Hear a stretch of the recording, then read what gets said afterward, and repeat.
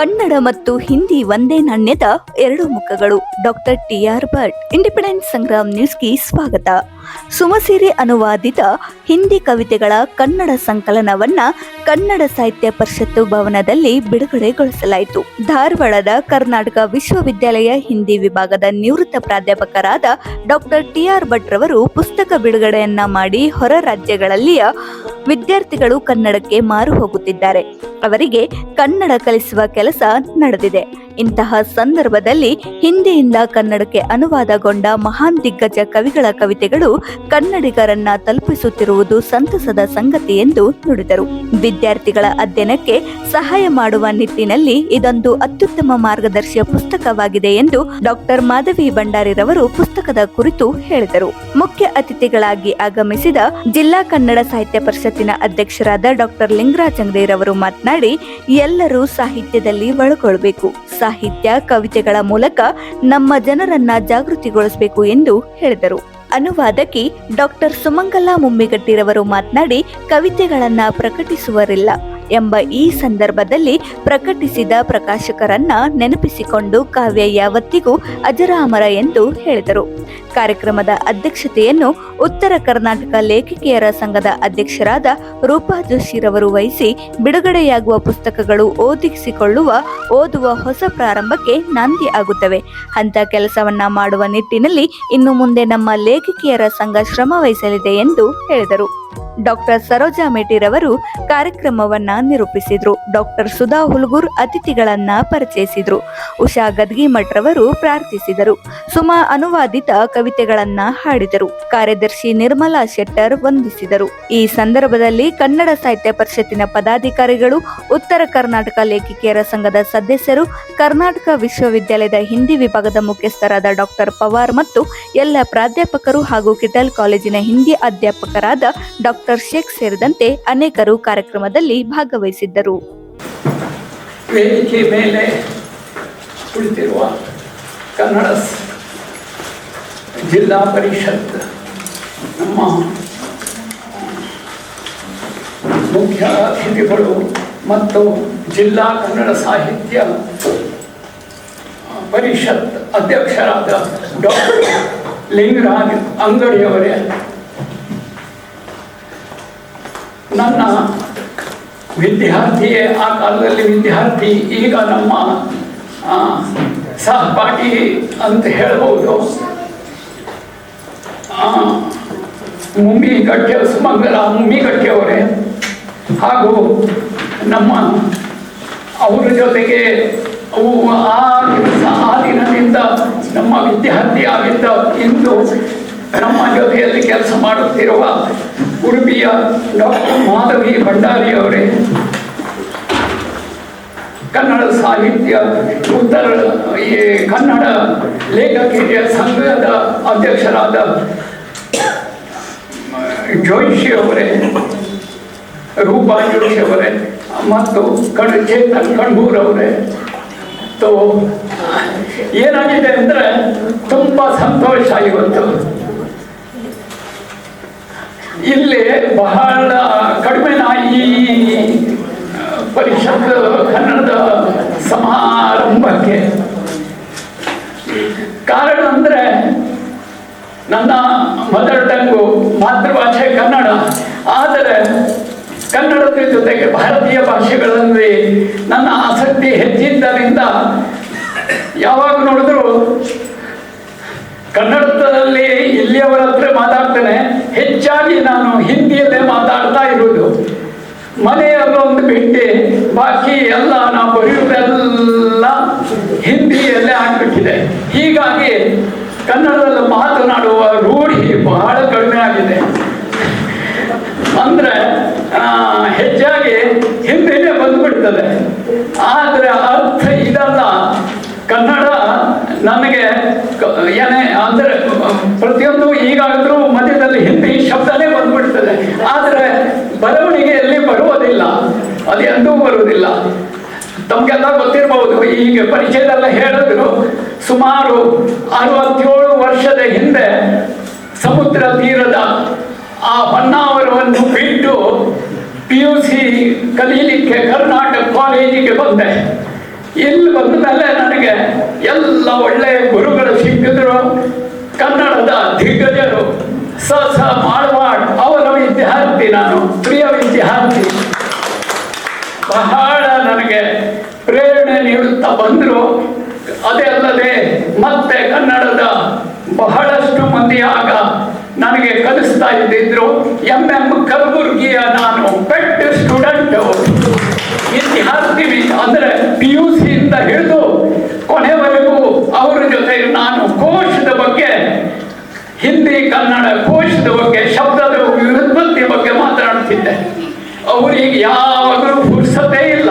ದಾರಿನಲ್ಲಿ ಸಿಕ್ಕದಾಗೆ post ಆಫೀಸ್ನಲ್ಲಿ ಭೇಟಿಯಾದಾಗ ನನಗೆ ಆ ಹಿಂದಿ ಶಬ್ದದ ಉತ್ಪತ್ತಿ ಬಗ್ಗೆ ಕೇಳ್ತಾ ಇದ್ರು ನನ್ನ ಹತ್ರ.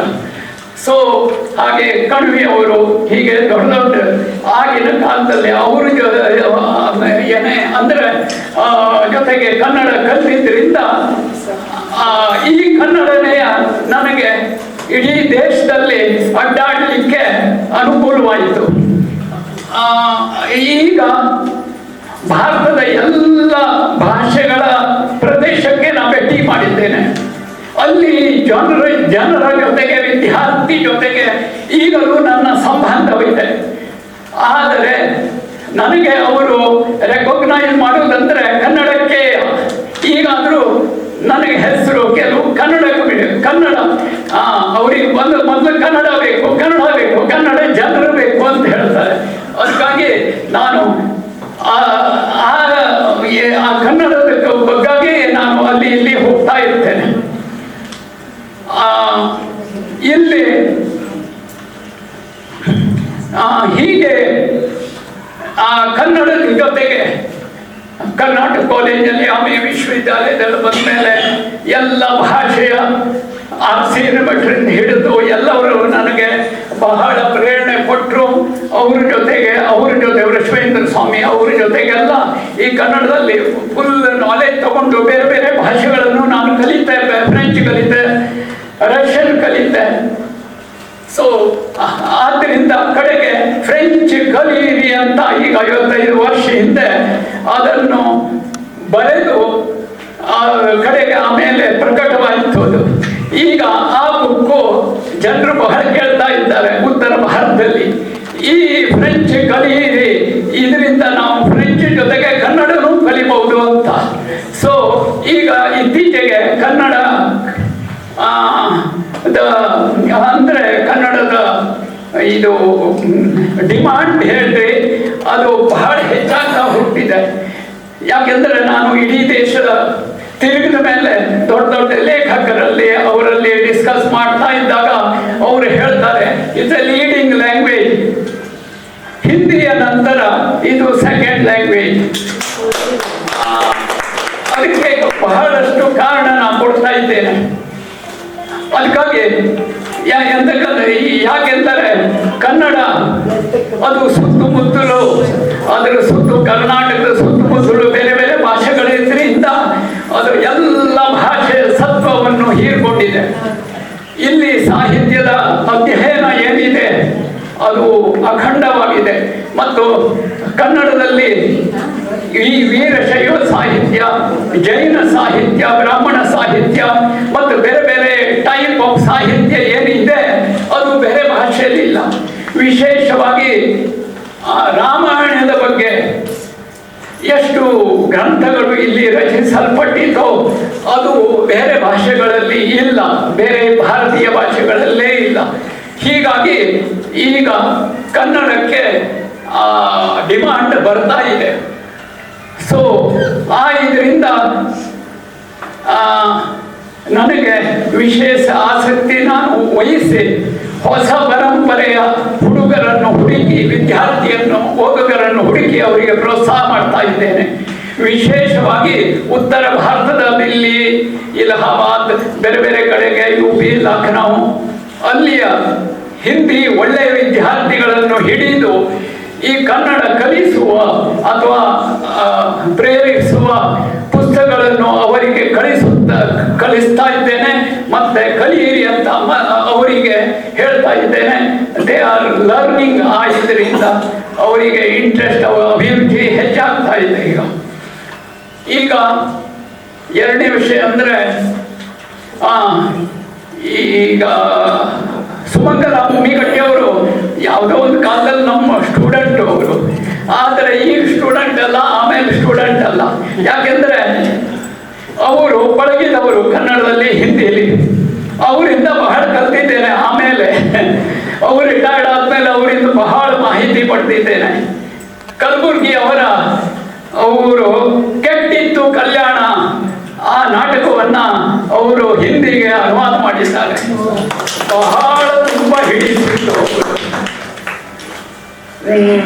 ಅದೇ ರೀತಿ ಅವರು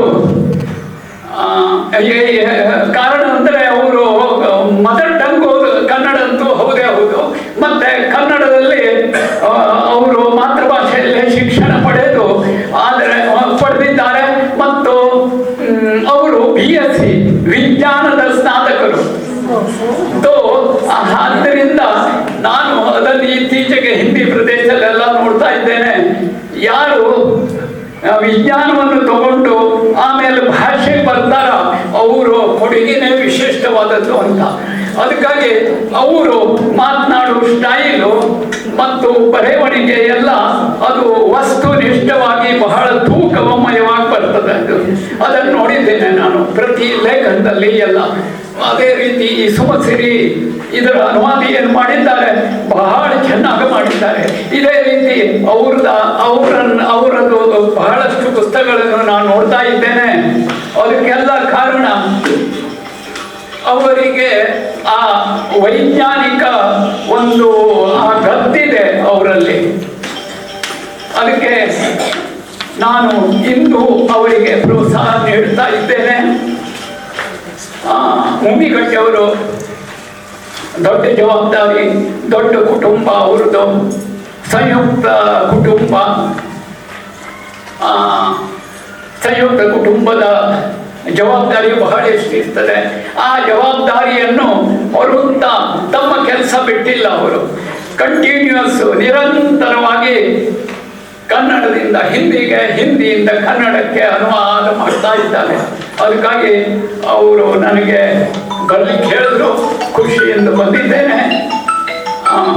ಇಲ್ಲಿ ಬರುವುದರಿಂದ ನನ್ನ ವಿದ್ಯಾರ್ಥಿ ಮಿತ್ರರನ್ನ ಅಲ್ಲಿ ಇಲ್ಲಿ ಯಾವಾಗಲೂ ನೋಡ್ತಾ ಇರ್ತೇನೆ. ಮತ್ತೊಮ್ಮೆ ಅವರನ್ನ ನೋಡುವಂತ ಅವಕಾಶ ನನಗೆ ಇಲ್ಲಿ ಸಿಗ್ತಾ ಇದೆ. ಅದರಿಂದ ಮತ್ತು ಸಂತೋಷ ಆಗ್ತಾ ಇದೆ. ಮತ್ತೊಂದು ಹೇಳಬೇಕಂದ್ರೆ, ನಾನು ನನ್ನ ಥೀಸಿಸ್ಸು ಬೇಂದ್ರೆಯವರ ಮೇಲೆ, ಬೇಂದ್ರೆ ಮತ್ತು ಸುಮಿತ್ರಾನಂದನ್ ಪಂತ್. ಆ ಕಾಲದಲ್ಲಿ ಆಗ ನಾನು 25, 24, 25, 27 ಏನೋ ಇದ್ದೇನೆ ವಯಸ್ಸು. ಅವರನ್ನು ಬಿಡ್ತಾ ಇಲ್ಲ. ದಿನ ಸಾಧನಕೇರಿಗೆ ಹೋಗುದು, ಬೈ ವಾಕ್ ಶಾರ್ಟ್ ಕಟ್ ಹಿಡಿದು ಹೋಗುದು. ಅವರು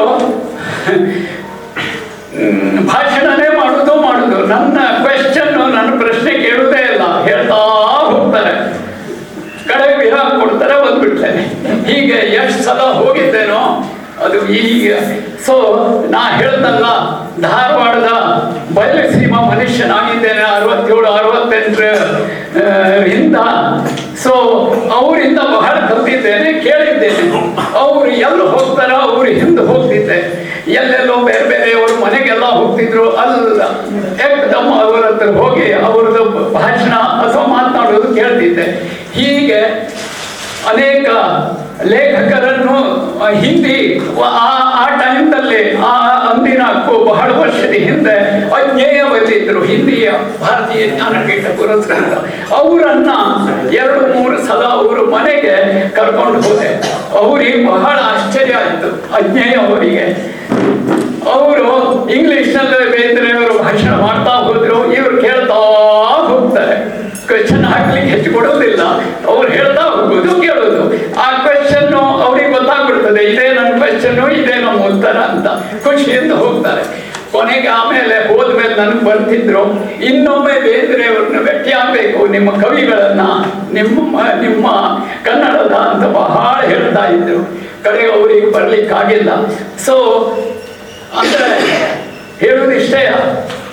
ಅದಕ್ಕಾಗಿ ಇಡೀ ದೇಶದಲ್ಲಿ, ಭಾರತ ದೇಶದಲ್ಲಿ ಕನ್ನಡ ಬಹಳ ಲೀಡಿಂಗ್ ಲ್ಯಾಂಗ್ವೇಜು, ಕನ್ನಡ ಸಾಹಿತ್ಯವು ಲೀಡಿಂಗ್ ಇದೆ. ಸೊ ಅದೇ ಆ ಕಾರಣದಿಂದ, ಆದರೆ ಈಗ ಹಿಂದಿ ಮೂಲಕ ಕನ್ನಡದ ಪರಿಚಯ ಆಗಬೇಕು, ಕೆಲವು ಇಂಗ್ಲಿಷ್ನಲ್ಲಿ ಆಗ್ತಾ ಇದೆ. ಅದಕ್ಕಾಗಿ ಈಗ ಹೊಸ ಪೀಳಿಗೆ ಜನರು, ಕನ್ನಡ ಬರುವಂಥವರು ಹಿಂದಿಯಲ್ಲಿ ಕೆಲವು ರಚನೆಗಳನ್ನು ಮಾಡಿದರೆ ಅದು ಒಳ್ಳೆಯದಾಗ್ತದೆ. ಈಗ ಹಿಂದಿ ರಚನೆಗಳನ್ನು ಇವರು ಸುಮಸಿರಿ ಅಂತ ಹಿಂದಿ ಕವಿತೆಗಳ ಆಧುನಿಕ ಹಿಂದಿ ಕನ್ನಡದಲ್ಲಿ ತಂದಿದ್ದಾರೆ, ಅಡ್ಡಿಲ್ಲ, ಇದು ಒಳ್ಳೆಯ ಕೆಲಸ ಇವರಿಗೆ. ಹಾಗೆ ಕನ್ನಡದಲ್ಲಿ ಒಳ್ಳೆಯ ಕೃತಿಗಳು ಬಹಳಷ್ಟು ತುಂಬಿಕೊಂಡಿದೆ. ಅದು ಒಮ್ಮೆ ಹಿಂದಿಗೆ ಬಂದ್ಬಿಟ್ರೆ ಆಸಾಮಿ ಬಹು ಇದಕ್ಕೆ ಉಡಿಯಾ ಲ್ಯಾಂಗ್ವೇಜ್ ಅಥವಾ ಮಲಯಾಳಂ ಲ್ಯಾಂಗ್ವೇಜ್, ತಮಿಳು ಬೇರೆ ಭಾಷೆಗಳಿಗೆ ಹೋಗ್ತವೆ. ಹಾಗೆ ನೋಡಿದ್ರೆ ಕನ್ನಡಿಗರು, ಕರ್ನಾಟಕದವರು ಬಹಳ ಸೌಮ್ಯ ಸ್ವಭಾವದವರು. ಇಲ್ಲಿ ಭಾರತದಲ್ಲಿ ಓಡಾಡ್ತಾ ಇದ್ದಾಗ ಅವರು ಹೇಳ್ತಾರೆ, ಬ್ರಾಡ್ ಮೈಂಡೆಡ್, ಎಲ್ಲವರ ಜೊತೆಗೆ ಸೇರ್ಕೊಂಡು ಬಿಡ್ತಾರೆ. ಅವರು ತಮ್ಮ ಭಾಷೆಗಳ ಬಗ್ಗೆ ಸಾಹಿತ್ಯ ಬಹಳ ಹೇಳ್ಕೊಳ್ಳೋದಿಲ್ಲ. ಈ ತಮಿಳರಾಗೆ ಮತ್ತೊಬ್ಬರಾಗೆ ಇನ್ನೊಬ್ಬರಾಗೆ ಬಹಳ ಕೊಚ್ಕೊಳ್ಳೋದಿಲ್ಲ ಅವರು. ಆ ಸ್ವಭಾವ ಇಲ್ಲಿ ಕನ್ನಡಿಗರದಲ್ಲಿದೆ. ಅದನ್ನು ಇಡೀ ದೇಶ ನೋಡ್ತಾ ಇದೆ. ನಾನು ನೋಡ್ತಾ ಇದ್ದೇನೆ, ಎಲ್ಲ ಕಡೆ ಹೋದಾಗ ಬಹಳ ಗೌರವದಿಂದ ಅವರು ಕನ್ನಡಿಗರಿಗೆ ಇದು ಕೊಡ್ತಾರೆ. ಅದಕ್ಕೆ ಯಾಕೆಂದ್ರೆ ನಮ್ಮ ಕಲ್ಚರೇ ಆಗಿದೆ. ಕನ್ನಡಿಗರ ಕಲ್ಚರೇ ವಿಶಿಷ್ಟ. ಎಲ್ಲ ಧರ್ಮಗಳು ಇಲ್ಲಿ ಬಂದು ಪ್ರಚಾರ ಕಾರ್ಯ ಆರಂಭ ಮಾಡಿದ್ರು. ಅದಕ್ಕಾಗಿ ಈ ಕನ್ನಡ ಕಲ್ಚರ್ ಏನಿದೆ ಅದು ಇಂಡಿಯನ್ ಕಲ್ಚರ್ ಆಗಿದೆ ಒಂದು ದೃಷ್ಟಿಯಿಂದ. ಅದಕ್ಕಾಗಿ ನಾನು ಹೇಳ್ತಾ ಇರ್ತೇನೆ, ಹಿಂದಿ ಮತ್ತು ಕನ್ನಡ ಎರಡೂ ಒಂದೇ ನನ್ನ ದೃಷ್ಟಿಯಿಂದ. ಆ ಲಿಪಿ ತೆಗೆದು ಬಿಟ್ರೆ, ದೇವನಾಗರಿ ಲಿಪಿ ತೆಗೆದು ಬಿಟ್ರೆ ಅಥವಾ ಕನ್ನಡದ ಲಿಪಿ ದೇವನಾಗರಿಯಲ್ಲಿ ಕನ್ನಡವನ್ನು ಬರೆದ್ರೆ ಅದು ಆರಾಮ್ ಯಾರಾದ್ರೂ ಅರ್ಥ ಮಾಡಿಕೊಳ್ಬಹುದು. ಅದಕ್ಕಾಗಿ ಈ ಕನ್ನಡ ಹೇಳೋದು ಸಂತರ ಭಾಷೆ. ಅದಕ್ಕಾಗಿ ಈ ಸಂತರು ಜೀವನ ಪ್ರಾಣ ಇದರೊಳಗೆ ತುಂಬಿದ್ದಾರೆ. ಅಲ್ಲಂ ಪ್ರಭು ಆ ಯುಗದಲ್ಲಿ ನಮ್ಮ ಕನಕದಾಸರು ಇವರೆಲ್ಲ ಉತ್ತರ ಭಾರತದ ಕೆಲವು ಪ್ರದೇಶಕ್ಕೆ ಹೋಗಿ ಪ್ರಚಾರ ಮಾಡಿದ್ರು. ಆ ಕಾರಣದಿಂದ ಕನ್ನಡ ಹಿಂದಿ ಒಂದೇ ಅಂದರೆ ಏನು, ಬಹಳ ಪರ್ಯಾಯವಾಚಿ ಸಿನಾನಿಮ್ಸ್ ಬಹಳ ಸಿಗ್ತದೆ. ಬೇರೆ ಭಾಷೆಯಲ್ಲಿ ಇಷ್ಟು ಸಿಗುವುದಿಲ್ಲ. ಅದನ್ನು ನಾನು ಅದ್ರ ಬಗ್ಗೆ ಕೆಲಸ ಮಾಡ್ತಾ ಇದ್ದೇನೆ ಈಗ ತುಂಬ. ಉದಾಹರಣೆಗಾಗಿ ಕನ್ನಡದಲ್ಲಿ ರಾಗಿ ಶಬ್ದ ಇದೆ.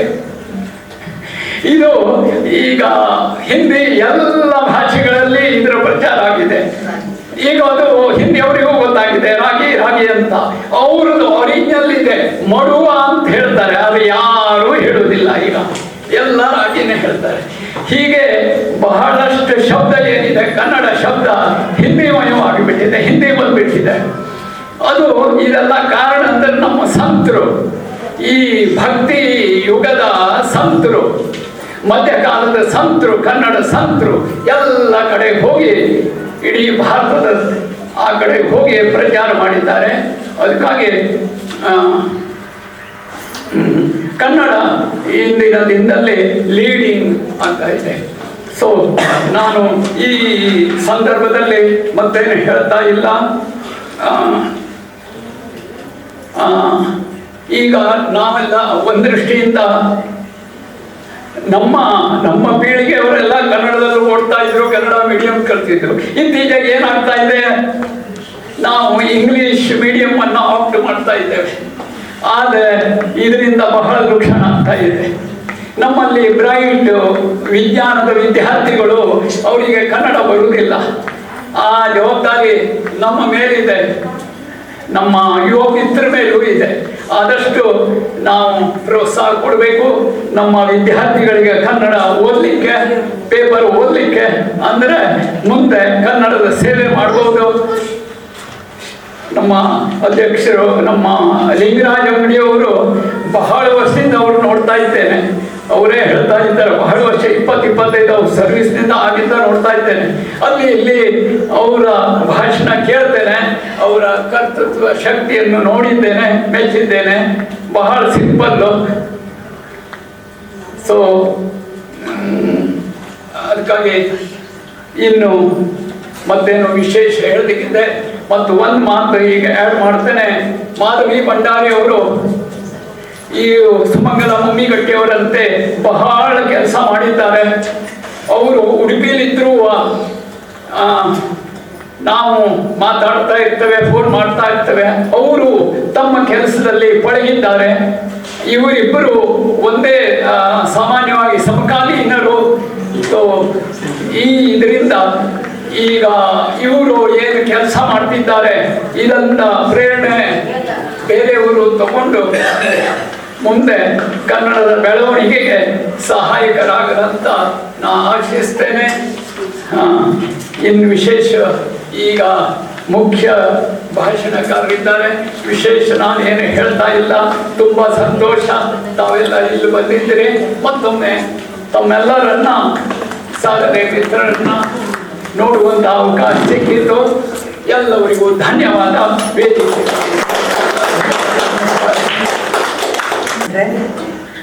ಕಾರ್ಯಕ್ರಮದ ಅಧ್ಯಕ್ಷತೆ ವಹಿಸಿರುವ ಉತ್ತರ ಕರ್ನಾಟಕ ಲೇಖಕಿಯರ ಸಂಘದ ಅಧ್ಯಕ್ಷರಾದ ಶ್ರೀಮತಿ ರೂಪಾ ಜೋಶಿಯವರೇ, ಮುಖ್ಯ ಅತಿಥಿಗಳಾಗಿ ಭಾಗವಹಿಸಿರುವ ಧಾರವಾಡ ಜಿಲ್ಲಾ ಕನ್ನಡ ಸಾಹಿತ್ಯ ಪರಿಷತ್ತಿನ ಅಧ್ಯಕ್ಷರಾದ ಡಾಕ್ಟರ್ ಲಿಂಗರಾಜ್ ಅಂಗಡಿಯವರೇ, ಸುಮಸಿರಿಯನ್ನು ಕನ್ನಡ ಸಾರಸ್ವತ ಲೋಕಕ್ಕೆ ಸಮರ್ಪಿಸುತ್ತಿರುವ ಡಾಕ್ಟರ್ ಸುಮಂಗಲ ಮುಮ್ಮಿಗಟ್ಟಿಯವರೇ, ಇಲ್ಲಿ ಸೇರಿರುವ ಎಲ್ಲ ಸಾಹಿತ್ಯಾಸಕ್ತರೇ, ಇಲ್ಲಿ ಬಂದ ಮೇಲೆ ಗೊತ್ತಾಯಿತು ಎಷ್ಟೆಲ್ಲ ಜನ ನನ್ನ ಫೇಸ್ಬುಕ್ ಫ್ರೆಂಡ್ಸು ಅಂತ.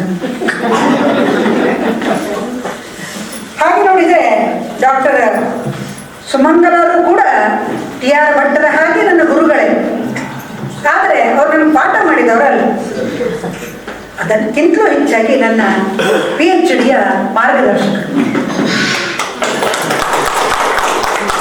ಜೊತೆಗೆ 1970-80ರಲ್ಲಿ ನಾವಿಬ್ಬರೇ ಉತ್ತರ ಭಾರತವನ್ನು ಸುತ್ತಿ ಗುಜರಾತ್, ಮುಂಬೈಯಲ್ಲಿ ಇದ್ದು ಬಂದಿದ್ದೇವೆ. ಅದು ನಮ್ಮ PhD ವರ್ಗಗೋಸ್ಕರ. ಹಾಗಾಗಿ ಈ ಪುಸ್ತಕದ ಕುರಿತು ಹೇಳುವಾಗ ಅಥವಾ ಏನಾದರೂ ಮಾತಾಡುವಾಗ ನಾನು ತಡವರಿಸಿದರೆ ಅಥವಾ ಅರ್ಥ ವಿವರಣೆಯಲ್ಲಿ ತಪ್ಪಿದರೆ ನನ್ನನ್ನು ತರಾಟೆಗೆ ತೆಗೆದುಕೊಳ್ಳುವ ಎಲ್ಲ ಹಕ್ಕುಗಳನ್ನು ನಾನು ಅವರಲ್ಲಿ ಕಾಯ್ದಿರಿಸಿದ್ದೇನೆ. ಡಾಕ್ಟರ್ ಸುಮಂಗಲರ ಹಿಂದಿನ ಕೃತಿ ಕಥಾ ನವಮಿಯನ್ನ ಅವರು ಹಿಂದಿಯಿಂದ ಕನ್ನಡಕ್ಕೆ ಅನುವಾದಿಸಿದ 9 ಕಥೆಗಳ ಸಂಕಲನ ಅದು. ಅದನ್ನು ಓದಿದ ನೆನಪು ಇನ್ನೂ ಹಸಿಯಾಗಿ ಇದೆ. ಅದರ ಕುರಿತು ನಾನು ಕೆಲವು ಟಿಪ್ಪಣಿಗಳನ್ನು ಮಾಡಿದ್ದೆ. ಇದೀಗ ಆಧುನಿಕ ಹಿಂದಿ ಕವಿಗಳ ಕನ್ನಡ ಅನುವಾದ ಸುಮಸಿರಿಯನ್ನು ಓದಿ ಅದರ ಕುರಿತಾಗಿ ಮಾತನಾಡುವ ಸುಯೋಗ ಒದಗಿ ಬಂದಿದೆ. ಈ ನೆಪದಲ್ಲಿ ಎಲ್ಲೋ ಒಂದು ಸಲ ನನಗೆ ಅನಿಸೋದಿದ್ದು ನಾನು ತವ್ರ ಮನೆಯಾಗಿತ್ತೇನೋ ಅಂತ. ಇಲ್ಲಿ ಬರೋದು ಭಾರಿ ಖುಷಿ ನನಗೆ. ಸೊ ಅಂತ ಖುಷಿಯನ್ನು ಕೊಟ್ಟಿದ್ದಕ್ಕಾಗಿ ಅವರನ್ನು ಹೃದಯಪೂರ್ವಕವಾಗಿ ನೆನಪಿಸ್ಕೊಳ್ತೇನೆ. ಈಗಾಗಲೇ ಸರೋಜ್ ಅವರು ಹೇಳಿದ್ದಾರೆ, ಇಲ್ಲಿ 30 ಕವಿಗಳ 60 ಕವಿತೆಗಳಿವೆ. ಜೊತೆಗೆ ಕವಿಗಳ ಪರಿಚಯ ಇದೆ.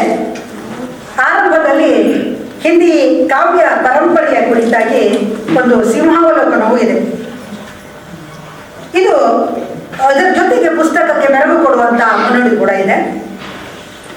ಕನ್ನಡ ಹಿಂದಿ ಕಾವ್ಯಗಳ ತೌಲನಿಕ ಅಧ್ಯಯನ ನಡೆಸುವವರಿಗೆ ಇದೊಂದು ಅಂತರ್ಶಿಸ್ತೀಯ ಅಥವಾ ಇಂಟರ್ ಡಿಸಿಪ್ಲಿನರಿ ಇನ್ಸೈಟ್ ಅಂತ ಖಂಡಿತವಾಗಿಯೂ ನಾನು ಹೇಳ ಬಯಸ್ತೇನೆ. ಇದೇ ಸಂದರ್ಭದಲ್ಲಿ ಡಾಕ್ಟರ್ ಜಿ ಭಾಸ್ಕರ್ ಮಯ್ಯರ್ ಅವರು ಸಂಪಾದಿಸಿದ ಪ್ರಾದೇಶಿಕ ಸಾಹಿತ್ಯ ಅಂತ ಅದು ಹಿಂದಿ ಪುಸ್ತಕ, ಆ ಪುಸ್ತಕವನ್ನು ನೆನಪು ಮಾಡ್ಕೊಳ್ತಾ ಇದ್ದೇನೆ. ಅದು ಮಂಗಳೂರು ವಿಶ್ವವಿದ್ಯಾಲಯದ ಪಠ್ಯಪುಸ್ತಕ ಆಗಿತ್ತು ಹಿಂದಿ ಭಾಷೆ ಕಲಿಯುವವರಿಗೆ. ಅಲ್ಲಿ ಕೂಡ ಅವ್ರು ಏನು ಮಾಡ್ತಾರೆ, ಕನ್ನಡ ಸಾಹಿತ್ಯದ ಸಂಕ್ಷಿಪ್ತ ಪರಿಚಯವನ್ನು ಅಲ್ಲಿ ಮಾಡಿಕೊಡ್ತಾರೆ. ಅದ್ರ ಜೊತೆಗೆ ಸಿದ್ಲಿಂಗ್ ಪಟ್ಟಣ ಶೆಟ್ಟಿ ಅವರು ಕೂಡ ಕನ್ನಡ ಸಾಹಿತ್ಯ ಇತಿಹಾಸನ ಹಿಂದಿಯಲ್ಲಿ ಬರೆದಿದ್ದಾರೆ. ಇವೆಲ್ಲವೂ ಕೂಡ ಒಂದು ರೀತಿಯಲ್ಲಿ ಅಧ್ಯಯನಶೀಲರಿಗೆ ಕೈಪಿಡಿ ಅಂತ ಹೇಳ್ಬೋದು. ಅದರಲ್ಲಿ ಸುಮಂಗಲರ ಹೆಸರು ಕೂಡ ಸೇರಿಕೊಳ್ತದೆ ಅನ್ನೋದು ಹೆಮ್ಮೆಯ ವಿಷಯ. ಸುಮಸಿರಿ ಸುಮಂಗಲರ ಸಾಹಿತ್ಯ ಸಿರಿಯನ್ನು ಹೇಳ್ಬೋದು. ಯಾಕಂದ್ರೆ ಈಗಾಗಲೇ ನಾವು ಡಾಕ್ಟರ್ ಲಿಂಗರಾಜ್ ಗಡಿಯವರ ಜೊತೆ ಮಾತಾಡುವಾಗ ಸುಮಸಿರಿ ಅನ್ನೋ ಶಬ್ದದ ಕುರಿತು ಮಾತಾಡಿದ್ವಿ. ಸೊ ಸುಮಸಿರಿ ಅನ್ನೋದು ಏನಾಗ್ತದೆ, ಇದು ಅವರ ಸಾಹಿತ್ಯದ ಸಿರಿಯನ್ನ, ಶ್ರೀಮಂತಿಕೆಯನ್ನು ತೋರಿಸ್ತದೆ. ಜೊತೆಗೆ ಹಿಂದಿ ಕವಿಗಳ ಕಾವ್ಯ ಕುಸುಮವಾದ ಬಗ್ಗೆ ಕೂಡ ಪರಿಚಯವನ್ನು ಕೊಡ್ತದೆ. ಸೊ ಇಲ್ಲಿರುವ 30 ಕವಿಗಳಲ್ಲಿ ಮೈಥಿಲಿ ಶರಣಗುಪ್ತರಿಂದ ಹಿಡಿದು ನೀಲೇಶ್ ರಘುವಂಶಿಯವರ ಕವಿತೆಯವರಿಗೆ ಕೊನೆಗೊಳ್ಳುತ್ತದೆ.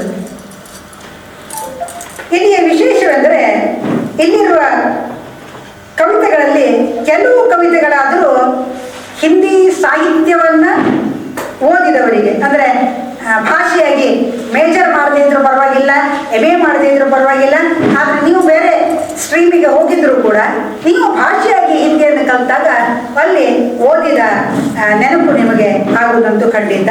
ಇದು ಈ ಪುಸ್ತಕದ ಧನಾತ್ಮಕ ಅಂಶ ಅಂತ ಹೇಳಿಕ್ಕೆ ಇಷ್ಟಪಡ್ತೇನೆ. ಇಲ್ಲಿರುವ ಕವಿತೆಗಳು ಅಷ್ಟೇ ಬಹಳ ಕ್ರಮಬದ್ಧವಾಗಿ ಬಂದಿದೆ. ಆರಂಭದಲ್ಲಿ ದ್ವಿವೇದಿ ಯುಗದ ಕವಿಗಳು, ಆಮೇಲೆ ಛಾಯಾವಾದಿ ಅಥವಾ ನಾವು ರಮ್ಯವಾದಿ ಅಂತ ಹೇಳ್ತೇವೆ, ಅದು ಆ ಕವಿಗಳು, ಹಾಲವಾದ, ವಿದ್ರೋಹಿ, ಸ್ವಾತಂತ್ರ್ಯ ಪೂರ್ವದ ವಿದ್ರೋಹಿ ಕವಿತೆ, ಸಾಮ್ಯವಾದ, ಪ್ರಗತಿಶೀಲ ಕವಿತಾ, ಪ್ರಯೋಗವಾದಿ ಕವಿತಾ, ನೈ ಕವಿತಾ, ಜನವಾದಿ ಕವಿತಾ, ಸ್ತ್ರೀವಾದಿ ಕವಿತಾ ಎಲ್ಲವೂ ಕೂಡ ಒಂದು ರೀತಿಯ ಕ್ರಮಬದ್ಧವಾಗಿ ಈ ಪುಸ್ತಕದಲ್ಲಿದೆ. ಅದನ್ನೇ ಯಾಕೆ ನಾವು ತೌಲನಿಕವಾಗಿ ನೋಡೋದಾದ್ರೆ ಅದನ್ನೇ ನಾವು ಕನ್ನಡ ಸಾಹಿತ್ಯ ಸಂದರ್ಭದಲ್ಲಿ ತಂದರೆ ರಾಷ್ಟ್ರೀಯತೆ, ನವೋದಯ, ನವ್ಯ, ಪ್ರಗತಿಪರ, ದಲಿತ ಬಂಡಾಯ, ಸ್ತ್ರೀವಾದ, ಬಂಡಾಯೋತ್ತರ ಅಂತ ನಾವು ಕನ್ನಡದಲ್ಲಿ ಹೇಳ್ತೇವೆ.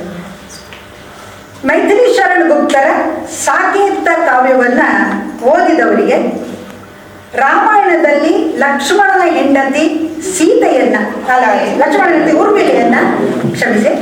ಊರ್ಮಿಳೆಯನ್ನ ಮುನ್ನೆಲೆಗೆ ತಂದವರು ಮೈಥಿಲಿ ಶರಣಗುಪ್ತರು ಅನ್ನೋದನ್ನ ಎಲ್ಲರಿಗೂ ಗೊತ್ತೋದು ಒಂದು ಇತಿಹಾಸ. ಕನ್ನಡದಲ್ಲಿ ಇದನ್ನು ನಾವು ಕಾಣೋದು ರಾಮಾಯಣ ದರ್ಶನಂನಲ್ಲಿ. ಅವರು ಊರ್ಮಿಳೆಗಲ್ಲಿ ಸ್ಥಾನವನ್ನು ಕೊಟ್ಟಿದ್ದಾರೆ. ಹಾಗೆ ಹೇಳುವಾಗ ಇಲ್ಲಿ ಯಾರು ಯಾರನ್ನು ಕಾಪಿ ಮಾಡಿದ್ದಲ್ಲ, ಅಥವಾ ಯಾರು ಯಾರನ್ನ ಸಾಂದರ್ಭಿಕವಾಗಿ ಬಳಸ್ಕೊಂಡದ್ದಲ್ಲ. ಇವು ಆಯಾ ಕಾಲಘಟ್ಟದಲ್ಲಿ ಕಾಣಿಸಿಕೊಳ್ಳುವಂಥ ತಿರುವುಗಳು. ಇದು ಹೀಗೆ ಆಗ್ತಾ ಇರ್ತವೆ ಅಂತ. ಸಾಕೇತದ ಒಂದು ತುಣುಕು ಅದು ಈ ಪುಸ್ತಕದಲ್ಲಿದೆ. ದೋನೋ ಓರ್ ಪ್ರೇಮ್ ಪಲ್ತಾ ಹೈ, ಇದರ ಅನುವಾದ ಈ ಪುಸ್ತಕದಲ್ಲಿದೆ. ಅತ್ತಲೂ ಇತ್ತಲೂ ಪ್ರೇಮ ಪಲ್ಲವಿಸುತ್ತದೆ. ಅದನ್ನು ದೋನೋ ಶಬ್ದವನ್ನು ಶಾಬ್ದಿಕವಾಗಿ ಮಾಡಿ ಹೋಗ್ತಿತ್ತು. ಅದು ಅತ್ತಲೂ ಇತ್ತಲೂ ಮಾಡಿದ್ರೆ ಈಗ ನಿಮ್ಗೊಂದು ಕಲ್ಪನೆ ಬಂತು. ಊರ್ಮಿಳೆ ಅನ್ನೋಳು ಇನ್ನು ಅಯೋಧ್ಯೆಯಲ್ಲಿದ್ದಾಳೆ, ಲಕ್ಷ್ಮಣ ಕಾಡಿಗೆ ವನವಾಸಕ್ಕೆ ಹೋಗಿದ್ದಾನೆ ಅಂತ. ಹಾಗಾಗಿ ಎರಡೂ ಕಡೆಯ ಎಂಥ ಅರ್ಥಪೂರ್ಣವಾದ ಶೀರ್ಷಿಕೆಯನ್ನು ಕೊಟ್ಟಿದ್ದಾರೆ. ಹಾಗೆಯೇ ಕವನಗಳು ಕೂಡ ಮುಂದಕ್ಕೆ ಹೋಗ್ತವೆ. ಹಿಂದಿಯನ್ನ ಒಂದು ಭಾಷೆಯಾಗಿ ಕಲಿತ ಆಗಲೇ ನಾನು ಹೇಳಿದ್ರು, ಹೈಸ್ಕೂಲಲ್ಲಿ ಇರ್ಬೋದು, PUC ಡಿಗ್ರಿಯಲ್ಲಿ ಇರ್ಬೋದು, ಎಲ್ಲ ಇರ್ಬೋದು. ಮಾಖನ್ಲಾಲ್ ಚತುರ್ವೇದಿಯವರ ಪುಷ್ಪಕಿ ಅಭಿಲಾಷ ಕವಿತೆ ಓದಿದ್ದು ಖಂಡಿತವಾಗಿಯೂ ನೆನಪಿರ್ತದೆ. ಚಾಹ ನಹಿ ಸುರಬಾಲ ಕೆ ಗಹನೋ ಮೇ ಗುಂತಾ ಜಾओ, ಚಾಹ ನಹಿ ಪ್ರೇಮಿ ಮಾಲಾ ಮೇ ಬಿಂದ ಪ್ಯಾರಿ ಕೋ ಲಲಚಾओ. ಇದನ್ನು ನೀವು ಖಂಡಿತವಾಗಿಯೂ ಓದಿರ್ತೀರಿ. ಅದೇ ರಿದಮ್ ಅನ್ನ, ಯಾಕಂದ್ರೆ ಕಾವ್ಯದ ಅನುವಾದ ಈಗಾಗಲೇ ಅಶ್ವಿನಿ ಅವರು ಹೇಳಿದಾಗೆ, ಸರೋಜ್ ಅವರು ಹೇಳಿದಾಗೆ ಅಷ್ಟು ಸುಲಭ ಅಲ್ಲ. ಕಾವ್ಯದಲ್ಲಿ ರಿದಮ್ ಬರಬೇಕು. ಆ ರಿದಮ್ ಬಂದಾಗ ಮಾತ್ರ ಕಾವ್ಯ ಜನರನ್ನು ಆಕರ್ಷಿಸ್ತದೆ. ದೇವ ಕನ್ಯೆಯ ಮುಡಿಯೊಳ ಆಭರಣವಾಗುವ ಬಯಕೆ ನನಗಿಲ್ಲ, ಪ್ರೇಮಿಯ ಹಾರದೊಳು ಸೇರಿ ಪ್ರೇಯಸಿಯ ಮರಳುಗೊಳಿಸುವ ಬಯಕೆ ನನಗಿಲ್ಲ. ನೋಡಿ, ಅದೇ ಆ ರಿದಮ್ ಹೇಗೆ ಬಂದಿದೆ ಅಂತ. ಇನ್ನು ನಾವು ಛಾಯಾವಾದಿ ಕಾಲಘಟ್ಟಕ್ಕೆ ಹೋದರೆ ಅಲ್ಲಿ ಸುಮಿತ್ರಾನಂದ ಪಂತ, ಜಯಶಂಕರ್ ಪ್ರಸಾದ, ಸೂರ್ಯಕಾಂತ್ ತ್ರಿಪಾಠಿ ನಿರಾಲ, ಮಹಾದೇವಿ ವರ್ಮ, ಈ ನಾಲ್ವರನ್ನ ನಾವು ಛಾಯವಾದದ 4 ಸ್ತಂಭಗಳು ಅಂತ ಕರೀತೇವೆ. ಈ ಸ್ತಂಭಗಳಲ್ಲಿ ನಾವು ಮೊದಲನೇದಾಗಿ ಪ್ರಸಾದರ, ಜಯಶಂಕರ ಪ್ರಸಾದರ 2 ಕವಿತೆಗಳು ಇಲ್ಲಿವೆ, ಅದರ ಬಗ್ಗೆ ಹೇಳ್ತೇನೆ. ಒಂದು ಮೇರೆ ನಾವಿ,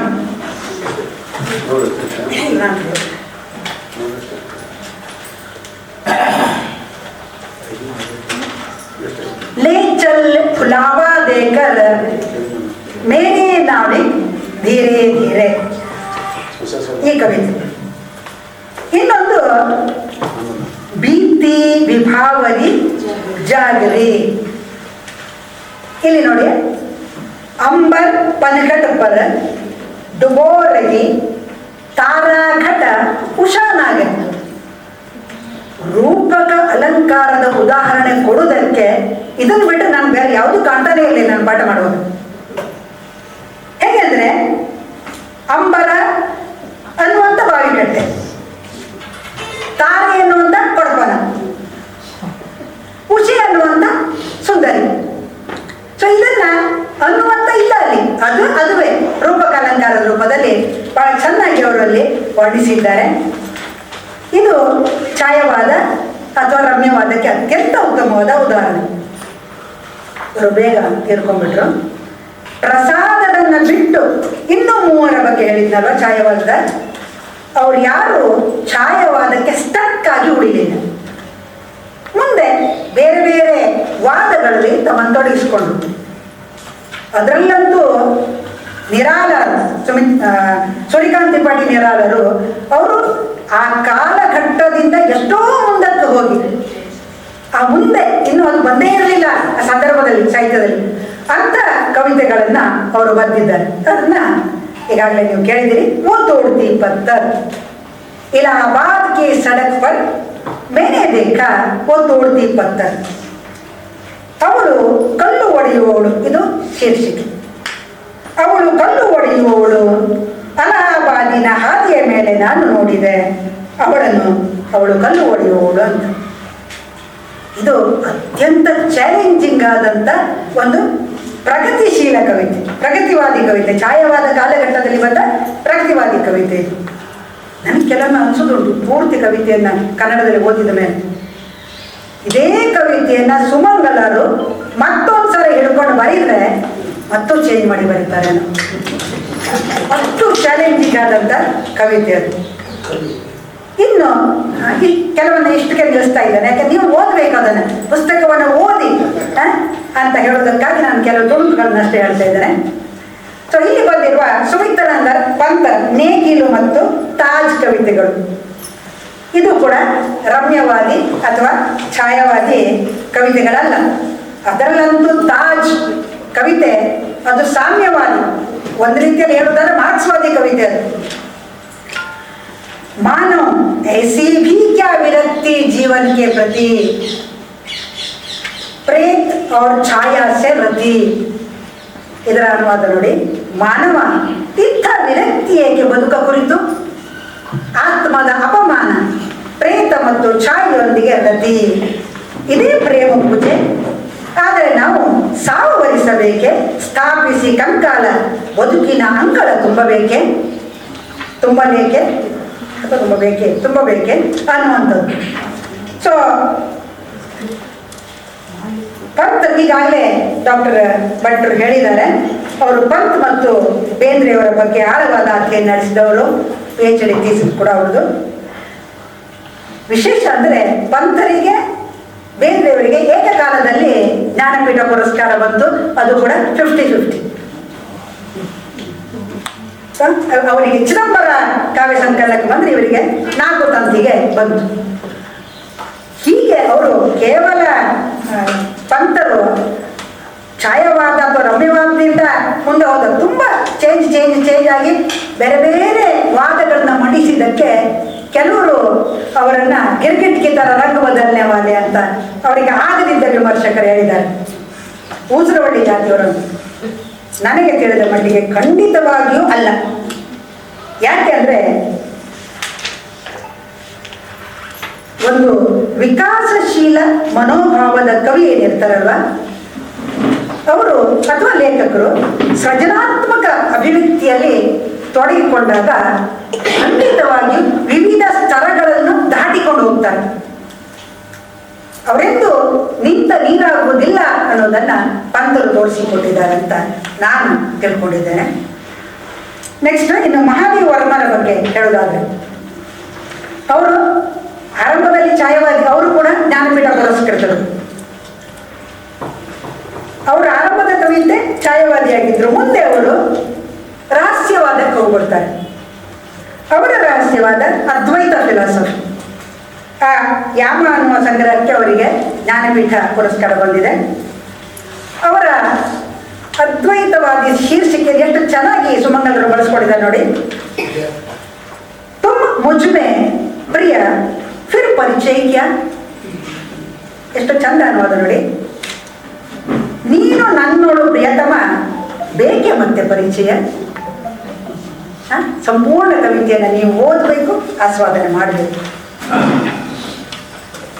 ಇನ್ನೊಬ್ಬರು ಇಲ್ಲಿ ಸಮಕಾಲೀನ ಕವಿಯತ್ರಿ ಬರ್ತಾರೆ, ಸುಭದ್ರಾ ಕುಮಾರಿ ಚೌಹಾಣ್. ನೀವು ಪ್ರೈಮರಿ ಸ್ಕೂಲ್ನಲ್ಲಿ ಇರುವಾಗಲೇ ಅವರ 2 ಕವಿತೆಗಳನ್ನು ಮರೆತಿರ್ಲಿಕ್ಕೆ ಇಲ್ಲ ಅಂತ ಅನ್ಸ್ಕೊಳ್ತಾರೆ. ಒಂದು ಬಾರ ಬಾರ ಆತಿ ಹೇ ಮುಚ್ಕೋ ಮಧುರ ಯಾದ ಬಚ್ಪನ್ ತೇರಿ ಗಯಾಲೆಗೆ, ಸೊ ಅದೊಂದು ಕವಿತೆ. ಇನ್ನೊಂದು ಖೂಬ್ ಲಡಿ ಮರ್ದಾನಿ ವಾತಿ ಝಾನ್ಸಿ ವಾಲಿ ರಾಣಿ ಥಿ ಅಂತ. ಇಲ್ಲಿ ಸುಮಂಗಲರು ಆ ಮಕ್ಕಳ ಕವಿತೆಯನ್ನ ಎತ್ಕೊಂಡಿಲ್ಲ, ಅದರ ಬದಲಿಗೆ ಒಂದು ಟಿಪಿಕಲ್ ಆದಂತ ಕವಿತೆಯನ್ನು ಎತ್ಕೊಂಡಿದ್ದಾರೆ. ಪಾಪ ಅಸ್ಪೃಶ್ಯ, ದೇವರ ಹತ್ರ ಹೋಗ್ಲಿಕ್ಕೆ ಆಗೋದಿಲ್ಲ, ದೇವಸ್ಥಾನಕ್ಕೆ ಅವನಿಗೆ ಪ್ರವೇಶ ಇಲ್ಲ. ಅವನು ಹೊರಗೆ ನಿಂತ್ಕೊಂಡು ಹೇಳ್ತಾನೆ, ನಾನು ಅಸ್ಪೃಶ್ಯ, ಮಂದಿರದೊಳಗೆ ಬರುವ ಅಧಿಕಾರ ನನಗಿಲ್ಲ. ಇದು ಆ ಕಾಲದ, ಯಾಕೆಂದ್ರೆ 1948ರಲ್ಲಿಯೇ ಸುಭದ್ರಾ ಕುಮಾರಿಯವರು ಒಂದು ಕಾರ್ ಆಕ್ಸಿಡೆಂಟ್ ಅಲ್ಲಿ ಸತ್ತೋಗಿದ್ದಾರೆ. ಅಷ್ಟು ಹಿಂದಿನ ಆ ಕಾಲ ಹೇಗಿತ್ತು ಅನ್ನೋದನ್ನ ನೀವು ಊಹಿಸ್ಕೊಳ್ಬಹುದು. ಈಗ ತುಂಬಾ ಬದಲಾವಣೆ ಆಗಿದೆ ಅಂತ ನಾನು ಹೇಳೋದಿಲ್ಲ, ಆದರೆ ಬದಲಾವಣೆ ಆಗಿದೆ. ಇದರ ನಂತರ ನಾವು ನೋಡುದು ಹಾಲವಾದಿ.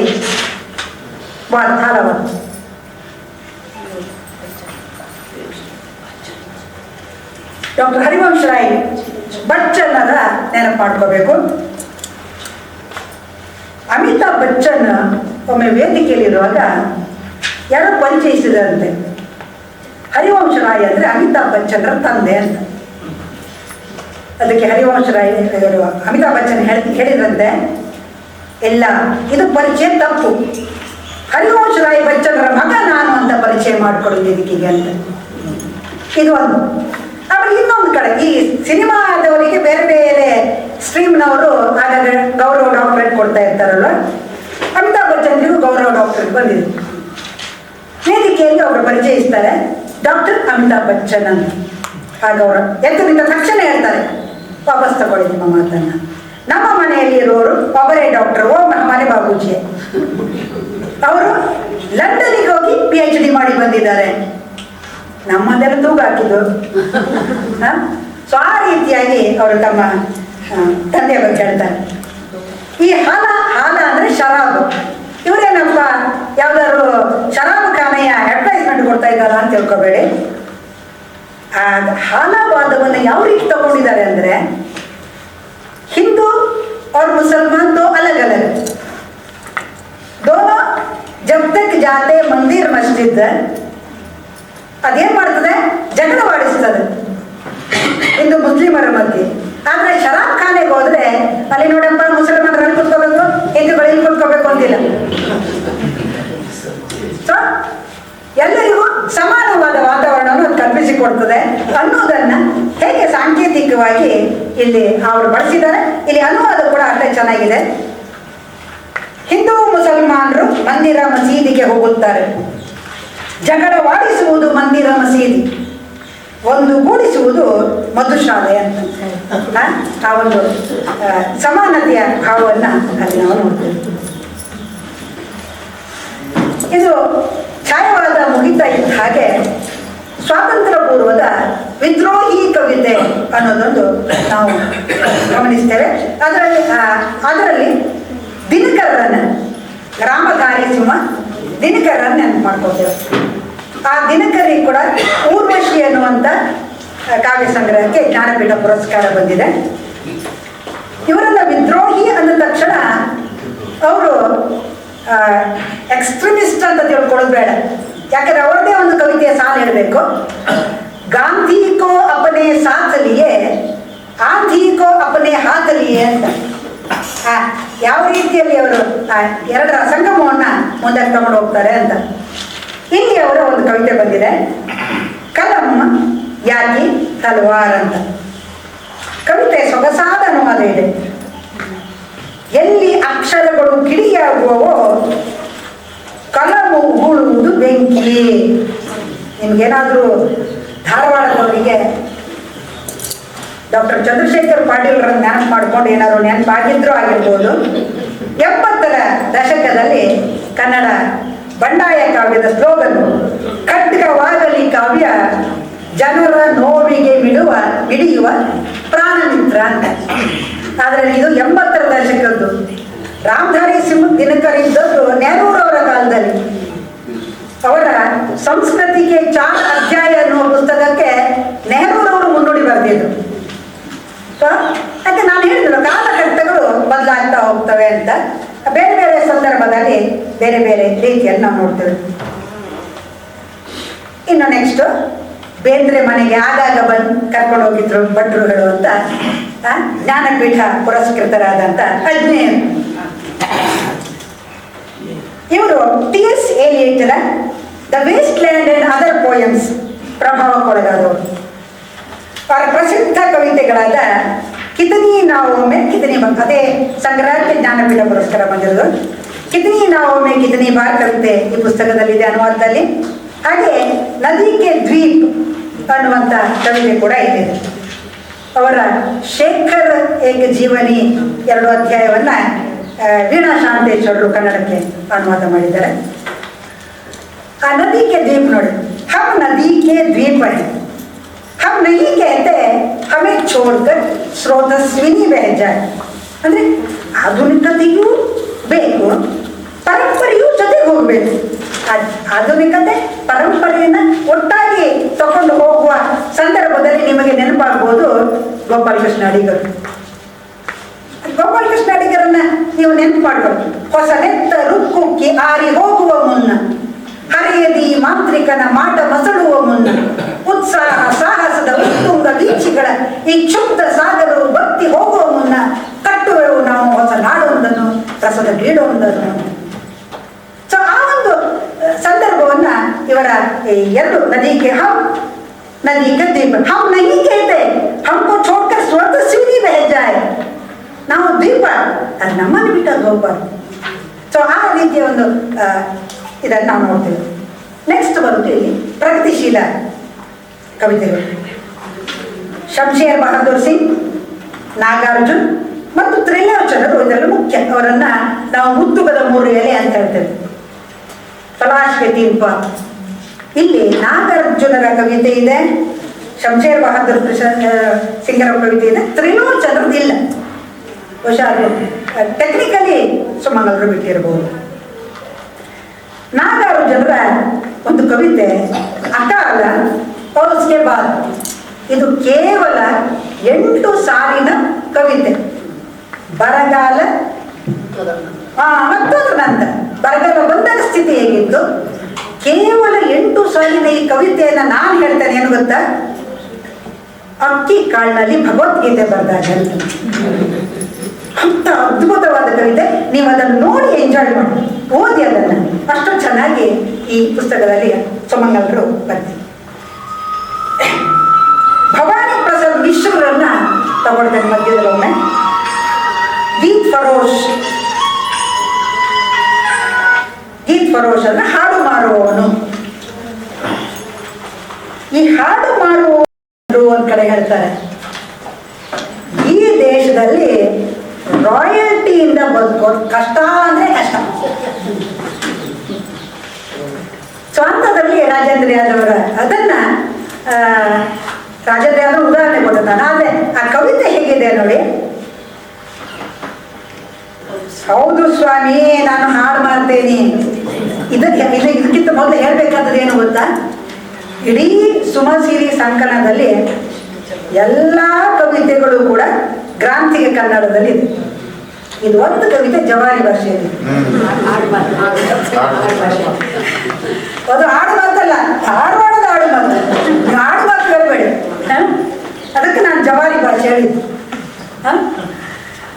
ಅಲ್ಲಿ ಹೌದು ಸ್ವಾಮಿ, ನಾನು ಹಾಡು ಮಾಡ್ತೇನೆ. ನಾನು ತರದ ಹಾಡು ಮಾಡ್ತೇನೆ. ಮಾಲ್ ನೋಡ್ರಿ ಬೇರೆ ಹೇಳ್ತೇನೆ. ಮುಂದಿನ ಸಾಲನ್ನು ನೀವು ಓದಬೇಕು, ಎಂಜಾಯ್ ಮಾಡಬೇಕು. ನೆಕ್ಸ್ಟ್ ನಾನು ಮಾರ್ಕ್ಸ್ವಾದಿ ಕವಿ ಗಜಾನನ ಮಾಧವ್ ಮುಕ್ತಿ ಬೋಧರ ಮೈ ತುಮ್ ಲೋಗೋ ಸೆ ದೂರ್ ಹೂ ಅನ್ನೋ ಕವಿತೆ ಇಲ್ಲಿದೆ. ಅದನ್ನ ಉದಾಹರಣೆಗೆ ತಗೊಳ್ಳೋದಿಲ್ಲ. ಸಮಾನಗಿ ಗಜಾನನ ಮಾಧವ್ ಮುಕ್ತಿ ಬೋಧ ಅಂದ್ರೆ ಇವರು ಮಾರ್ಕ್ಸ್ವಾದಿ, ಸಮಾನತೆಯ ಸಮಾಜದ ಕನಸು ಕೊಂಡವರು, ಜನಸಾಮಾನ್ಯರ ಪರವಾಗಿ ನಿಂತು ಆಡಳಿತ ಯಂತ್ರದ ಜೀವ ವಿರೋಧಿ ಸಿದ್ಧಾಂತಗಳನ್ನು ವಿರೋಧಿಸ್ತಾ ಬಂದವರು. ಅವರ ಕವಿತೆಗಳಲ್ಲಿ ಬರುವ ನಾನು ಅಂದರೆ ಜನಸಾಮಾನ್ಯ, ನೀವು ಅಂದರೆ ಬಂಡವಾಳಶಾಹಿ ಅಂತ. ಇದೇ ರೀತಿಯ ಕವಿತೆಯನ್ನು ಧೂಮಿಲ್ ಕೂಡ ಬರೆದಿದ್ದಾರೆ.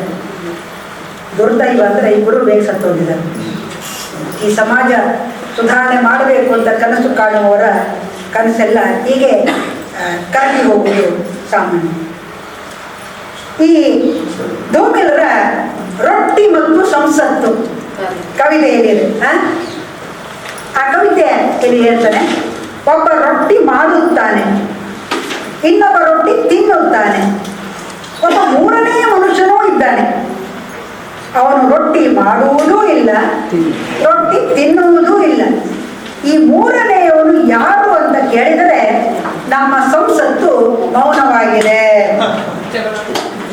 ಯಾಕೆಂದ್ರೆ ಆಗ ಈ ಮೂರನೇ ವ್ಯಕ್ತಿಯ ನಮ್ಮದಲ್ಲಿ ಟಾಟಾ ಬಿರ್ಲಾರನ್ನ ಸ್ಮರಿಸಿಕೊಳ್ತಾ ಇದ್ವಿ. ಈಗ ಅದಾನಿ ಅಂಬಾನಿ ಅಂತವ್ರು ಇದ್ದಾರೆ. ಅದನ್ನ ಈ ಸಂಸತ್ತಿನ ಹತ್ರ ಉತ್ತರ ಕೊಡ್ಲಿಕ್ಕೆ ಸಾಧ್ಯನಾ? ನಾವು ಕೇಳೋ ಪ್ರಶ್ನೆಗಳಿಗೆ ಕೇಳಲಿಕ್ಕೆ ಸಾಧ್ಯ ಇಲ್ಲ. ಹಾಗಾಗಿ ಸಂಸತ್ತು ಮೌನ. ದುಷ್ಯಂತ ಕುಮಾರ್ನ ಗಜಲ್ ಇದೆ. ಮೊನ್ನೆ ಗ್ರೂಪ್ನಲ್ಲಿ ಗಜಲ್ ಬರೆಯೋರು ಯಾರಿದ್ದೀರಿ ಅಂತ ಹೇಳುವ ಎಷ್ಟೆಲ್ಲ ಜನ ನಮ್ಮ ಲೇಖಕಿಯರ ಹೆಸರು ಬಂದಿತ್ತು ಧಾರವಾಡದವರು. ದುಷ್ಯಂತ ಕುಮಾರ ಬಹಳ ಚಂದ ಇದೆ ಗಜಲ್. ನಾನು ಒಂದು ಸ್ಟ್ಯಾಂಜವನ್ನಷ್ಟೇ ನಿಮ್ಮ ಮುಂದೆ ಹೇಳ್ತೇನೆ. ನೋವು ಪರ್ವತದಂತಾಗಿದೆ, ಕರಗಬೇಕು. ಈ ಹಿಮಾಲಯದಿಂದ ಯಾವುದಾದರೂ ಗಂಗೆ ಹರಿಯಬೇಕು. ಕೇವಲ ಗಲಭೆ ಉಂಟು ಮಾಡುವುದು ನನ್ನ ಉದ್ದೇಶವಲ್ಲ. ನನ್ನ ಪ್ರಯತ್ನ ಈ ಪರಿಸ್ಥಿತಿ ಬದಲಾಗಬೇಕು. ನನ್ನ ಎದೆಯಲ್ಲಿ ಇಲ್ಲ, ನಿನ್ನೆದೆಯಲ್ಲಿ ಆದರೂ ಸರಿ ಇರಲಿ ಬೆಂಕಿ ಎಲ್ಲಿಯಾದರೂ.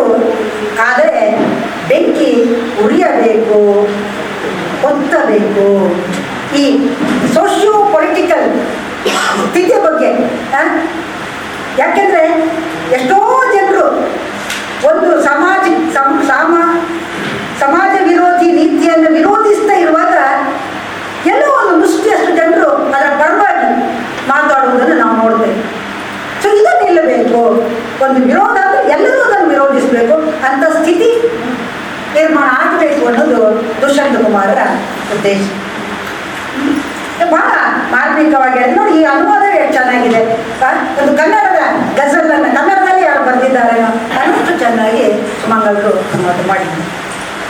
ಆಮೇಲೆ ಜ್ಞಾನಪೀಠ ಪುರಸ್ಕೃತ ಕವಿ ಕುಮಾರ ನಾರಾಯಣರ ಕವಿತೆಗಳು ಕೂಡ ಇಲ್ಲಿವೆ. ತುಂಬ ಸಮಯ ತೆಗೆದುಕೊಂಡೆ ಅಂತ ಅನಿಸ್ತದೆ.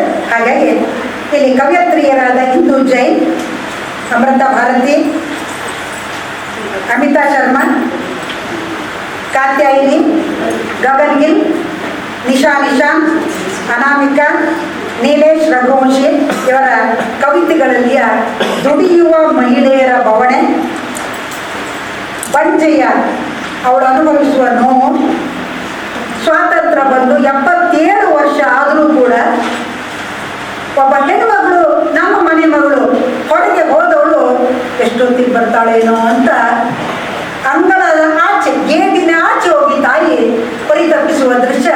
ಅದು ಕೇವಲ ಹಿಂದಿಯದಷ್ಟೇ ಅಲ್ಲ, ಕನ್ನಡದಷ್ಟೇ ಅಲ್ಲ, ಇಡೀ ಭಾರತದಲ್ಲಿ ನಾವು ಕಾಣುವಂಥ ಒಂದು ದೃಶ್ಯ.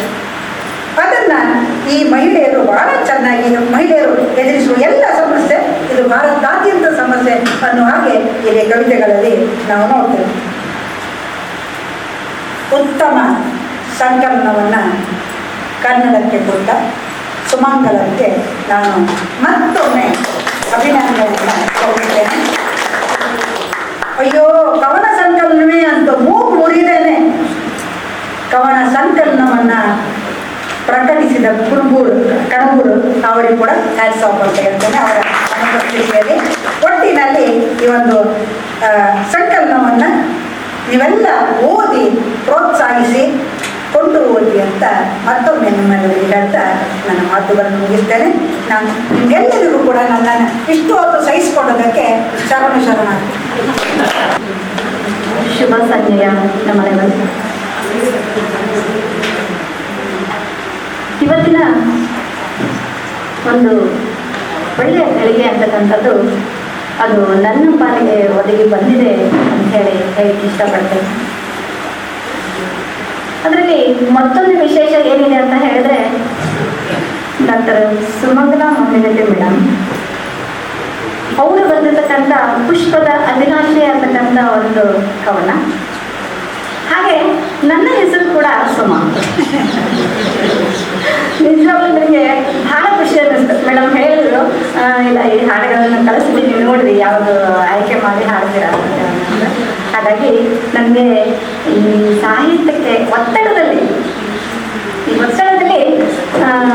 ಸಾಹಿತ್ಯಕ್ಕೆ ಒಂದು ಸಂಗೀತದ ರಾಗವನ್ನು ಸಂಯೋಜಿಸಲಿಕ್ಕೆ ಅವಕಾಶವನ್ನು ಮಾಡಿಕೊಟ್ಟಿರ್ತಕ್ಕಂಥ ನಮ್ಮ ಮೇಡಮ್ ಅವರಿಗೆ ತುಂಬ ಹೃದಯದ ಧನ್ಯವಾದಗಳನ್ನು ಅರ್ಪಿಸ್ತೇನೆ.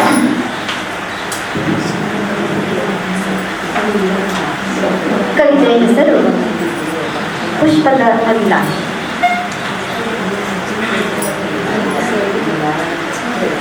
ದೇವಕನ್ಯೆಯ ಮುಡಿಯಳಾಭರಣವಾಗುವ ಬಯಕೆ ಎನಗಿಲ್ಲ. ದೇವಕನ್ಯೆಯ ಮುಡಿಯಳಾಭರಣವಾಗುವ ಬಯಕೆ ಎನಗಿಲ್ಲ. ಪ್ರೇಮಿಯ ಹಾರದಳು ಸೇರಿ, ಪ್ರೇಮಿಯ ಹಾರದಳು ಸೇರಿ, ಪ್ರೇಯಸಿಯ ಮರಳಗೊಳಿಸುವ ಬಯಕೆ ಎನಗಿಲ್ಲ, ಬಯಕೆ ಎನಗಿಲ್ಲ. ದೇವಕನ್ಯೆಯ ಮುಡಿಯೊಳಾಭರಣವಾಗುವ ಬಯಕೆ ಎನಗಿಲ್ಲ. ಹೇ ದೇವಾ ಚಕ್ರವರ್ತಿಗಳ, ಹೇ ದೇವಾ ಚಕ್ರವರ್ತಿಗಳ ಶವಕ್ಕೆ ಸಿಂಗಾರವಾಗುವ ಬಯಕೆ ಎನಗಿಲ್ಲ, ಬಯಕೆ ಎನಗಿಲ್ಲ. ದೇವಕನ್ಯೆಯ ಮುಡಿಯೊಳಾಭರಣವಾಗುವ ಬಯಕೆ ಎನಗಿಲ್ಲ. ದೇವತೆಗಳ ತಲೆಯ ನೇರಿ, ದೇವತೆಗಳ ತಲೆಯ ನೇರಿ ಮೆರೆದಾಡುವ ಬಯಕೆ ಎನಗಿಲ್ಲ, ಬಯಕೆ ಎನಗಿಲ್ಲ.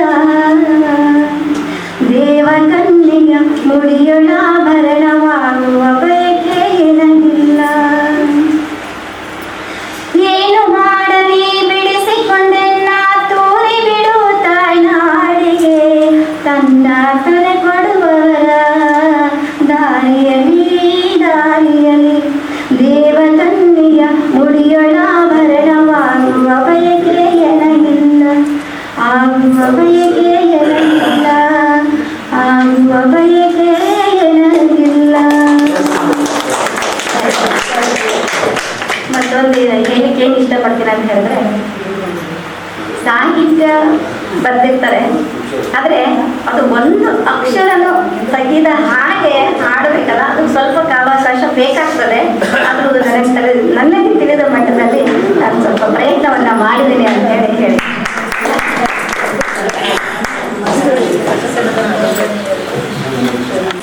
ಮತ್ತು ಜಿಲ್ಲಾ ಕನ್ನಡ ಸಾಹಿತ್ಯ ಪರಿಷತ್ತು, ಅಕ್ಷರ ಮಂಟಪ ಪ್ರಕಾಶ ಬೆಂಗಳೂರವರ ಒಂದು ಸಂಯುಕ್ತ ಆಶ್ರಯದಲ್ಲಿ ಡಾಕ್ಟರ್ ಸುಮಂಗಲಾ ಮೊಮ್ಮೆಗಟ್ಟಿ ಮೇಡಮ್ ಅವರು ಅನುವಾದಿತ ಕೃತಿ ಈ ನಮ್ಮ ನಾಡಿನ ಶ್ರೇಷ್ಠ ಲೇಖಕರ ಒಂದು ಕವನಗಳನ್ನು ಕನ್ನಡಕ್ಕೆ ಒಂದು ಅನುವಾದ ಮಾಡಿದ್ದಾರೆ. ಕಾಣಿಸೋದಕ್ಕೆಲ್ಲ ನೋಡಿದ್ರೆ 30 ಕವನಗಳು. ಹಿರಿಯ ನಮ್ಮ ದೇಶದ ಅತ್ಯಂತ ಪಾಪ್ಯುಲರ್ ಪ್ರಖ್ಯಾತ ಕವಿಗಳು, ಅಂತಹ ಕವಿಗಳ ಒಂದು ಕವನಗಳನ್ನು ಕನ್ನಡಕ್ಕೆ ಅನುವಾದ ಮಾಡಿದ್ದು ಮೇಡಮ್ ಅವರು, ನಮ್ಮ ಸುಮಂಗಲ ಮುಮ್ಮಿಗಟ್ಟಿ ಮೇಡಮ್. ಅದರ ಹೆಸರು ಸುಮಸಿರಿ ಅಂತೇಳಿ ಈಗಾಗಲೇ ಅದನ್ನ ಲೋಕಾರ್ಪಣೆ ಆಗಿದೆ. ಮತ್ತು ಈ ಒಂದು ಲೋಕಾರ್ಪಣೆ ಕಾರ್ಯವನ್ನು ನಮ್ಮ ಕರ್ನಾಟಕ ವಿಶ್ವವಿದ್ಯಾಲಯದ ಹಿಂದಿ ವಿಭಾಗದಲ್ಲಿ ಪ್ರಾಧ್ಯಾಪಕರಾಗಿ ಮುಖ್ಯಸ್ಥರಾಗಿ ಕೆಲಸ ಮಾಡಿದಂಥವ್ರು 82 ವರ್ಷ ಅವರಿಗೆಲ್ಲ. ನಮ್ಗೆಲ್ಲ 20 ವರ್ಷ ದೊಡ್ಡವರಲ್ಲ, ನಾವೆಲ್ಲ 62 ಆದ್ರೆ ಈಗ ಒಂದು 82. ಇಂಥ ಒಂದು ಇಳಿ ವಯಸ್ಸಿನಲ್ಲಿ ನಮ್ಮ ಸಾಹಿತ್ಯ ಭವನಕ್ಕೆ ಬಂದು ಬಹಳ ಚೆನ್ನಾಗಿ ಈ ಕೃತಿಯ ಬಿಡುಗಡೆ ಮಾಡಿ ತಮ್ಮದೇ ಆದಂಥ ಒಂದು ಕೆಲವು ಮಾತುಗಳನ್ನು ಆಡಿದರು. ಅದೇ ರೀತಿಯಾಗಿ ನಮ್ಮ ಏನು ಮಾಧವಿ ಭಂಡಾರಿ ಮೇಡಮ್ ಉಡುಪಿಯಿಂದ ಅಲ್ಲಿಂದ ಸುಮಾರು 500 ಕಿಲೋಮೀಟರ್ ದಂಪತಿಗಳ ಸಮೇತ ಬಂದು ನಮ್ಮ ಸಾಹಿತ್ಯ ಭವನದಲ್ಲಿ ಕುಂತದ್ದು ನಿಜಕ್ಕೂ ಹೆಮ್ಮೆ ಅನಿಸ್ತದೆ. ಮತ್ತು ಮಾಧವಿ ಭಂಡಾರಿ ಮೇಡಮ್ ಪ್ರತಿಯೊಂದು ಕವನಗಳನ್ನು ವಿಶ್ಲೇಷಣೆ ಮಾಡ್ತಾ ಅದರ ಒಂದು ಎಷ್ಟು ಅದರ ಪ್ರಾಮುಖ್ಯತೆ ಇದೆ ಆ ಕವನಗಳಲ್ಲಿ ಅಂತಕ್ಕಂಥ, ಆ ಕವನಗಳಲ್ಲಿ ಎಷ್ಟು ಒಂದು ಶಕ್ತಿ ಇದೆ ಅಂತಕ್ಕಂಥ ಒಂದು ತಮ್ಮದೇ ಆದಂಥ ದಾಟಿಯೊಳಗೆ ಏನು ತಮ್ಮ ಒಂದು ಕೃತಿ ಕುರಿತು ಪರಿಚಯ ಮಾಡಿದಂಥ ಮತ್ತೊಮ್ಮೆ ಹಿರಿಯ ಸಾಹಿತ್ಯವಾದಂಥ ಡಾಕ್ಟರ್ ಮಾಧವಿ ಭಂಡಾರಿ ಮೇಡಮ್ ಅವರೇ. ಮತ್ತೆ ಈ ಒಂದು ಈಗಾಗಲೇ ಈ ಒಂದು ಉಪಸ್ಥಿತಿ ಸುಮಂಗಲ ಮುಮ್ಮಿಗಟ್ಟಿ ಮೇಡಮ್ ಈ ಸದ್ಯಕ್ಕೆ ಒಂದು ಕಾರ್ಯಕ್ರಮ ಸಾಹಿತ್ಯ ಬಂದಲ್ಲಿ ಮಾಡಿದರು. ಬಹಳಷ್ಟು ಒಳ್ಳೆಯ ಸ್ವಭಾವದವರು ಮೇಡಮ್ ಅವರು. ನನಗೆ ಒಂದು 15 ದಿವಸ ಹೇಳಿದರು. ಯಾಕಂದ್ರೆ ಇವತ್ತು ನಮ್ಮ ಗೋಕಾಕ್ದಲ್ಲಿ ನಮ್ಮ ಸಹೋದರದ 75ನೇ ವರ್ಷದ್ದು ಏನೋ ಹುಟ್ಟುಹಬ್ಬ ಕಾರ್ಯಕ್ರಮ ಇತ್ತು. ಮತ್ತೆ ಅದು ಹೋದ್ರೆ ಲೇಟ್ ಆಗದಂತೆ ನನಗೆ ಹೋಗೋದಕ್ಕೆ ಕೆಲಸ ಮಾಡಿಬಿಟ್ಟಲ್ಲ. ಯಾಕಂದ್ರೆ ಮತ್ತೆ ಒಂದು ದಿವಸ ಹೋಗಿ ಅವ್ರು ವಿಶ್ ಮಾಡ್ಬೋದು. ಬಟ್ ಈ ಕಾರ್ಯಕ್ರಮದಲ್ಲಿ ಮಾಧವಿ ಭಂಡಾರಿ ಅಂತ ನೋಡುವಂತ ಅವಕಾಶ ತಗೊಂಡಿದ್ದೀವಿ. ನಮ್ಮ ಸಹೋದರ ನಾಳೆ ಅಂತ ನಾನು ಹೋಗಿ ಮತ್ತೊಮ್ಮೆ ಇದನ್ನ ವಿಶ್ ಮಾಡ್ಲಿಕ್ಕೆ ಆಗ್ತದಲ್ಲ. ಈಗ ಇಂಥ ಹಿರಿಯ ಸಾಹಿತ್ಯಗಳು ಸಾಹಿತ್ಯ ಭವನಕ್ಕೆ ಬಂದಾಗ ಒಬ್ಬ ಸಾಹಿತ್ಯ ಪರಿಷತ್ ಅಧ್ಯಕ್ಷನಾಗಿ ಇಲ್ಲಿ ಒಂದು ಹಾಜರಿದ್ರೆ ಅದಕ್ಕೊಂದು ಗಣತೆ ಗೌರವ ಬರ್ತದೆ ಅಂತಕ್ಕಂಥ ಉದ್ದೇಶ ಇಟ್ಕೊಂಡು ನನ್ನ ಒಂದು ಕಾರ್ಯವನ್ನು ಕ್ಯಾನ್ಸಲ್ ಮಾಡಿ ಇಲ್ಲಿ ಕೂತಿದ್ದೆ. ಖುಷಿ ಆಯ್ತಲ್ಲ. ಇಸ್ಲಾತ್ ಆಯ್ತು. ಅದೇ ರೀತಿಯಾಗಿ ಎಷ್ಟು ಖುಷಿ ಪಡ್ತಾ ಇದ್ದಾರೆ. ಅದು ಹಿಂದಿಯ ವಿಷಯ. ಅದು ನಮ್ಮ ಪವಾರ್ ಸರ್ ನಮ್ಮ ಕರ್ನಾಟಕ ವಿಶ್ವವಿದ್ಯಾಲಯದಲ್ಲಿ ಹಿಂದಿಯ ವಿಭಾಗ ಮುಖ್ಯಸ್ಥರು. ಅದಕ್ಕಿಂತ ಮೊದಲು ನಮ್ಮ ಹುಬ್ಬಳ್ಳಿ ಕಾಡಸಿದ್ದೇಶ್ವರ ಕಾಲೇಜ್ ಪ್ರೊಫೆಸರ್ ಆಗಿ NSS ಅಧಿಕಾರಿ ಬಹಳ ಅದ್ಭುತ ಕೆಲಸ ಮಾಡಿದಂಥ ವ್ಯಕ್ತಿಗಳು ಬಂದು ನಿಜಕ್ಕೂ ನನಗೆ ಇನ್ನೂ ಹೆಮ್ಮೆ ಅನಿಸ್ತದೆ. ಅದಕ್ಕಿಂತ ಹೆಚ್ಚಾಗಿ ಉತ್ತರ ಕರ್ನಾಟಕ ಲೇಖಕ ಸಂಘದ ಅಧ್ಯಕ್ಷರಾಗಿದ್ದು ಅದು ನಮ್ಮ ಹುಬ್ಬಳ್ಳಿಯವರು. ನೋಡ್ರಲ್ಲ, ಹುಬ್ಬಳ್ಳಿಯವರಲ್ಲಿ ಕಡಿಮೆ ಇಲ್ಲ ಅಂತ. ಹೀಗಾಗಿ ಇದು ಆಗ್ಯಾರ ಹುಬ್ಬಳ್ಳಿಯವರೆಲ್ಲ ಆಗಿದ್ದು ಸಾರ್ವಜನಿಕ ಚೌಲಾರ ಕೆಲವಷ್ಟು ಆಗಿರ್ಬೋದು ನನಗೆ ಅನ್ಸ್ತದೆ. ಬಹಳ ದಿವಸದ ಬೇರೆ ನನಗಂತಿದ್ದೆ ಹುಬ್ಬಳ್ಳಿಯವರು ನಮ್ಮ ರೂಪಾಯಿ ಬಹಳ ಒಳ್ಳೆಯವರು. ನೋಡ್ರಿ ಅವ್ರದ್ದೆಲ್ಲ ಇನ್ನೆಲ್ಲ ನೋಡಿದ್ರ ಅಕೌಂಟೆಂಟ್ ಆಫೀಸರ್, ಅದು ಅಕೌಂಟ್ ಕೆಲಸ ಮಾಡೋರು, ಒಬ್ಬ ವಾಣಿಜ್ಯ ಶಾಸ್ತ್ರದವ್ರಲ್ಲ ಅಂತ ಒಬ್ಬ ಮಹಿಳೆ ಇಷ್ಟೊಂದು ಸಾಹಿತ್ಯ ಒಳಗೆ ಕೆಲಸ ಮಾಡಿ ಅದು ಲೇಖಕ ಸಂಘದ ಅಧ್ಯಕ್ಷರು. ಅದು ಚುನಾವಣೆ ಒಳಗ ಅದು ಸದ್ಯಕ್ಕೆ ಅವ್ರು ಗಟ್ಟಿದನ ಅಂತ ಉದ್ದೇಶ. ಅದು ನಮ್ಮ ಸಾಹಿತ್ಯ ಪರಿಷತ್ತಾಗಿ ಚುನಾವಣೆ ಯಾಕೆ ಅಂದ್ರೆ ಅಷ್ಟು ಒಳ್ಳೆಯ ಸ್ವಭಾವ ಮೇಡಮ್ದು. ಸುಮಾರು 15-20 ವರ್ಷ ನೋಡ್ತಾ ಇದ್ದೇನೆ ಅಂತ ಒಬ್ಬ ಅಧ್ಯಕ್ಷರಾಗಿ. ನಿಜಕ್ಕೂ ನನಗೆ ಖುಷಿ ಅನಿಸ್ತಾ ಇದೆ. ನಮ್ಮ ಖುಷಿ ಮೇಡಮ್ ಅವರು ಈ ಒಂದು ಅಧ್ಯಕ್ಷತೆ ವಹಿಸ್ಕೊಂಡಿದ್ದು ಇದಕ್ಕೂ ಒಳ್ಳೆ ಕೆಲಸ ಮಾಡಿದ್ರು. ನಮ್ಮ ಅದನ್ನೆಲ್ಲ ಬಹಳ ಚೆನ್ನಾಗಿದೆ. ನನ್ನ ವ್ಯಕ್ತಿ ನಮ್ಮ ನಿಷೇಧ ಗೊತ್ತಲ್ಲ, ಗೊತ್ತಾಗಲ್ಲ ಮಾಮಂದಿಗೆ ಎಲ್ಲ ಸೆಟ್ಲ ಅವ್ರ ಕಾವ್ಯ ನಾಮ ಅದು ಬಹಳ ಒಳ್ಳೆಯ ಅದ್ಭುತ ಪ್ರಗತಿಪರ ಕವನಗಳು ಬರ್ತಾರ. ಅವರು ಒಬ್ಬ ಹಿಂದಿ ಟೀಚರ್ ನಮ್ಮ ಸರ್ಕಾರಿ ಪ್ರೌಢಶಾಲೆ ಕೆಲಸ ಮಾಡಿದಂತಾರ. ಅವರು ಕಾರ್ಯದರ್ಶಿದ್ದಾರೆ, ಕೋಶಾಧ್ಯಕ್ಷ ನಮ್ಮ ಅಂತಿ ಓದಿದೆ ನಮಗೆಲ್ಲ ಮೈಗ ಹುಕ್ಕೇರ್ ಮೇಡಮ್. ಈಗ ನಾ ಹೇಳೋದು ಒಂದು ಟೀಮ್ ಅವ್ರ ಜೊತೆಗೆ ಬಹಳ ಚೆನ್ನಾಗಿ ಅಂದ್ರೆ ಅಧ್ಯಕ್ಷ ಆದ್ರೆ ಅಷ್ಟಲ್ಲ, ಅಧ್ಯಕ್ಷ ಜೊತೆಗೆ ಟೀಮ್ ಹೆಂಗ್ ಕೆಲಸ ಮಾಡಿದ್ರೆ ಅದು ಯಶಸ್ವಿ ಆಗ್ತದೆ. ರೂಪಾಯಿ ಜೋಶಿ ಮೇಡಮ್ ಯಶಸ್ವಿ ಆಗ್ತದೆ. ಈ ರೀತಿಯಾಗಿ ಒಂದು ಸಹಾಯ ಸಹಕಾರ ಪಡ್ಕೊಂಡದ್ದು. ಇನ್ನೂ ಹೆಚ್ಚಾಗಿ ನಮ್ಗಂತಿ ಸರೋಜಾ ಮೇಟಿ ಮೇಡಮ್ ಎಷ್ಟು ಅವ್ರದ್ದು ಅವ್ರ ಭಾಷಣ ಶೈಲಿ, ಅವರ ಒಂದು ವಿಶ್ಲೇಷಣೆ ಬಹಳಷ್ಟು ಕಡೆ ನಾನು ಹೋಗಿದ್ದೇನೆ. ಹಿರಿಯ ನಾಗರಿಕರ ಒಂದು ವೇದಿಕೆ ವೈದ್ಯರಲ್ಲಿ ಕೇಶಾಪುರ ಇಷ್ಟು ಚೆನ್ನಾಗಿ ಅವರು ತಮ್ಮ ಉಪನ್ಯಾಸ ಮಾಡಿದ್ರು. ಹೀಗಾಗಿ ನಾವು ಇಂಥ ಒಂದು ಒಳ್ಳೆಯ ವ್ಯಕ್ತಿಗಳು ನಮ್ಮ ಇದರಲ್ಲಿ ಸಾಹಿತ್ಯ ಬಂದಲ್ಲಿ ಕುರಿತಂತೆ ಇನ್ನೂ ಒಳ್ಳೆಯದಂತಕ್ಕಂಥದ್ದು. ಹೀಗಾಗಿ ಮಹಿಳೆಯರ ಸದ್ಯಕ್ಕೆ ನಮ್ಗೆ ಅವಕಾಶ ಕೊಟ್ಟರು ಮಾಡೇ ಮಾಡ್ತಾರೆ. ಹಾಗೆ ಹೇಳ್ತಾ ಇದ್ದಾರೆ ಮೇಡಮ್ ಇನ್ನೂ ಮಹಿಳೆ ಹೊರಗೆ ಬಂದಿಲ್ಲ ಅಂತಕ್ಕಂಥ ಮಾತನ್ನು ಹೇಳಿದ್ರು. ಇದೇ ಈಗ ಅದು ಕಂಪೇರ್ ಮಾಡಿದ್ರೆ ಈಗ ಇನ್ನು ಹೆಚ್ಚು ಇನ್ನೂ ಆಗ್ಬೇಕು. ಪರ್ಸೆಂಟೇಜ್ ತೆಗೆದು ನೋಡಿದ್ರೆ ಇನ್ನೂ ಹೆಚ್ಚು ಮಹಿಳೆಯರು ಹೊರಗೆ ಬರಬೇಕು, ಒಳ್ಳೆಯ ರೀತಿಯಾದಂಥ ಒಂದು ಶಿಕ್ಷಣವನ್ನು ಕೊಡಬೇಕು. ಇಲ್ಲದೇ ಇದ್ರೆ ನಮ್ಗೆ ನೋವು ಅನಿಸ್ತಾ ಇದೆಲ್ಲ ಏನು ಮೊನ್ನೆ ಒಂದು ಆದಂಥ 5% ಉದ್ದೇಶ ಅದರ ಇದೆಲ್ಲರೂ ಎಜುಕೇಟೆಡ್ ಆದರೆ ಎಲ್ಲರಿಂದ ಶಿಕ್ಷಣವನ್ನು ಪಡ್ಕೊಂಡ್ರೆ ಈ ರೀತಿಯಾದಂಥ ಅಮಾನುಷ ಹತ್ಯೆಗಳು ಕಡಿಮೆ ಆಗ್ತದೆ. ಎಲ್ಲರೂ ಸಮಾನ ಅಂತಕ್ಕಂಥದ್ದು ಬಸವಣ್ಣ 12ನೇ ಶತಮಾನದಲ್ಲಿ ಹೇಳಿದೆಲ್ಲ. ಹೀಗಾಗಿ ಅಂತ ಒಂದು 800 ವರ್ಷ ಅದು ಇನ್ನೂ ಸದ್ಯಕ್ಕೆ ನಾವಿನ್ನೂ ಜಾತಿ ಅಂತಕ್ಕಂಥ ಇದ್ದೇವೆ. ಹೀಗಾಗಿ ಇಲ್ಲಿ ನಾನು ಹೇಳೋ ಉದ್ದೇಶ ಬಂದರೆ ಎಲ್ಲರೂ ಓದ್ಕೊಂಡ್ರೆ, ಎಲ್ಲರೂ ಒಂದು ಶಿಕ್ಷಣವನ್ನು ಪಡ್ಕೊಂಡ್ರೆ ಖಂಡಿತವಾಗಿ ಎಲ್ಲರೂ ಮಾನವರೆಲ್ಲ ಒಂದು ಅಂತಕ್ಕಂಥ ಭಾವನೆ ಬರಬೇಕು. ಆ ನಿಟ್ಟಿನಲ್ಲಿ ಇವತ್ತಿನ ಕಾರ್ಯಕ್ರಮ ಅತ್ಯಂತ ಯಶಸ್ವಿಯಾಗಿ ನನಗಂತೆ ಒಂದು ನಮ್ಮ ಗೋಸಾರ್ಬ ಸ್ವಾಮೀಜಿ ಹೇಳ್ತಾರೆ ಅಂಡೆ ಹಾಲು ಕೊಡ್ದಾಗ ಅಂತೇಳಿ ಖುಷಿಯಾಗಿದೆ. ಮೇಲಿನ ಮೇಲೆ ಇವೆಲ್ಲ ಕಾರ್ಯಕ್ರಮ ಮಾಡ್ರಿ. ನಾವೆಲ್ಲ ನಮ್ಮ ಬೆಲ್ಲದ ಸಹೋದರಿಯವರೆಲ್ಲ ಮಾಲ್ಬಾಯಿ ಅಡ್ಕಾರ ಎಷ್ಟು ವೈದ್ಯರು ಅವ್ರು ನೋಡಿದ್ರು, ಅವ್ರ ವೈದ್ಯಕೀಯ ಮಾಡಿದ್ರು, ಡಾಕ್ಟರ್ ಅವ್ರ ಸಾಹಿತ್ಯದ ಒಂದು ಪಡಿ ಭಾವಿಸಿದ ಇಂಥ ಅವ್ರ ಪರಿಷತ್ತಿಗೆ ಬರೋದು ನಿಜಕ್ಕೆ ಹೆಮ್ಮೆ ಅಂತದೆ. ಒಟ್ಟಿನಲ್ಲಿ ಮತ್ತೊಮ್ಮೆ ಇಂಥ ಒಳ್ಳೆಯ ಕಾರ್ಯಕ್ರಮ ಇನ್ನೂ ಮೇಲಿನ ಮೇಲೆ ಆಗ್ಲಂತಕ್ಕಂಥ ಮಾತುಗಳಂತ ಎಲ್ಲರಿಗೂ ಶುಭ ಕೋರಿ ಒಂದು ಅವಕಾಶ ಕೊಟ್ಟಂತ ಪದಾಧಿಕಾರಿಗಳಲ್ಲಿ ನನ್ನ ಮಾತುಗಳು. ಹಾಗೆ ಆತ್ಮೀಯ ಗೆಳತಿ ಅಂತ ಹೇಳಲಿಕ್ಕೆ ಬಯಸ್ತೇನೆ. ಡಾಕ್ಟರ್ ಮಾಧವಿ ಭಂಡಾರಿಯವರು ತುಂಬ ಚೆನ್ನಾಗಿ ನನ್ನ ಪುಸ್ತಕದ ಕುರಿತಾಗಿ ಮಾತಾಡಿದರು. ಖುಷಿಯಾಯಿತು, ಯಾಕಂದರೆ ಹೊಗಳಿದ್ಕೊಂಡು ಖುಷಿ ಆಗ್ತದೆ, ಸಹಜ. ಅದರ ಕುಂದುಕೊರತೆಗಳನ್ನು ಹೇಳಬೇಕಿತ್ತು ಅಂತ ನನಗೊಂದು ಎಲ್ಲೋ ಒಂದು ಕಡೆ ಅನಿಸ್ತಾ ಇತ್ತು. ಇರಲಿ, ಇನ್ನೊಂದು ಖುಷಿ ಕೊಟ್ಟಂತಹ ವಿಷಯ ಅಂತಂದರೆ ನನ್ನ ಗುರುಗಳು, ಸ್ಪೆಷಲಿ ಡಾಕ್ಟರ್ ಟಿ.ಆರ್. ಭಟ್ ಅವರು ನನ್ನ ಗುರುಗಳಾದರು. ಅವರು ತಮ್ಮ ಮಾತುಗಳು ಏನು ಹೇಳಿದರು ಅಂತಂದರೆ, ನನ್ನಿಂದ ಅವ್ರು ಭಾಳ ಕಲ್ತಾರ ಅಂತ ತಿಳ್ಕೊಂಡು. ನಾ ಇದನ್ನು ಒಪ್ಲಿಕ್ಕೆ ರೆಡಿ ಇಲ್ಲ ಸರ್, ಏನೋ ಒಂದಿಷ್ಟು ಕೇಳ್ತಿರ್ತಾರೆ, ನಾನು ಹೇಳಿರ್ತೇನೆ, ಅವರು ಅವ್ರ ಕಡೆನೂ ನಾನು ಸುಮಾರು ಕೇಳ್ತಿರ್ತೇನೆ, ಅವ್ರು ಕೇಳ್ತಿರ್ತಾರೆ.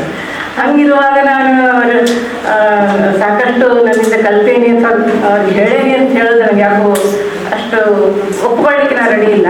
ಅದು ಅವ್ರ ದೊಡ್ಡ ಗುಣ ಅಂತ ನಾನು ಹೇಳಲಿಕ್ಕೆ ಬಯಸ್ತೇನೆ.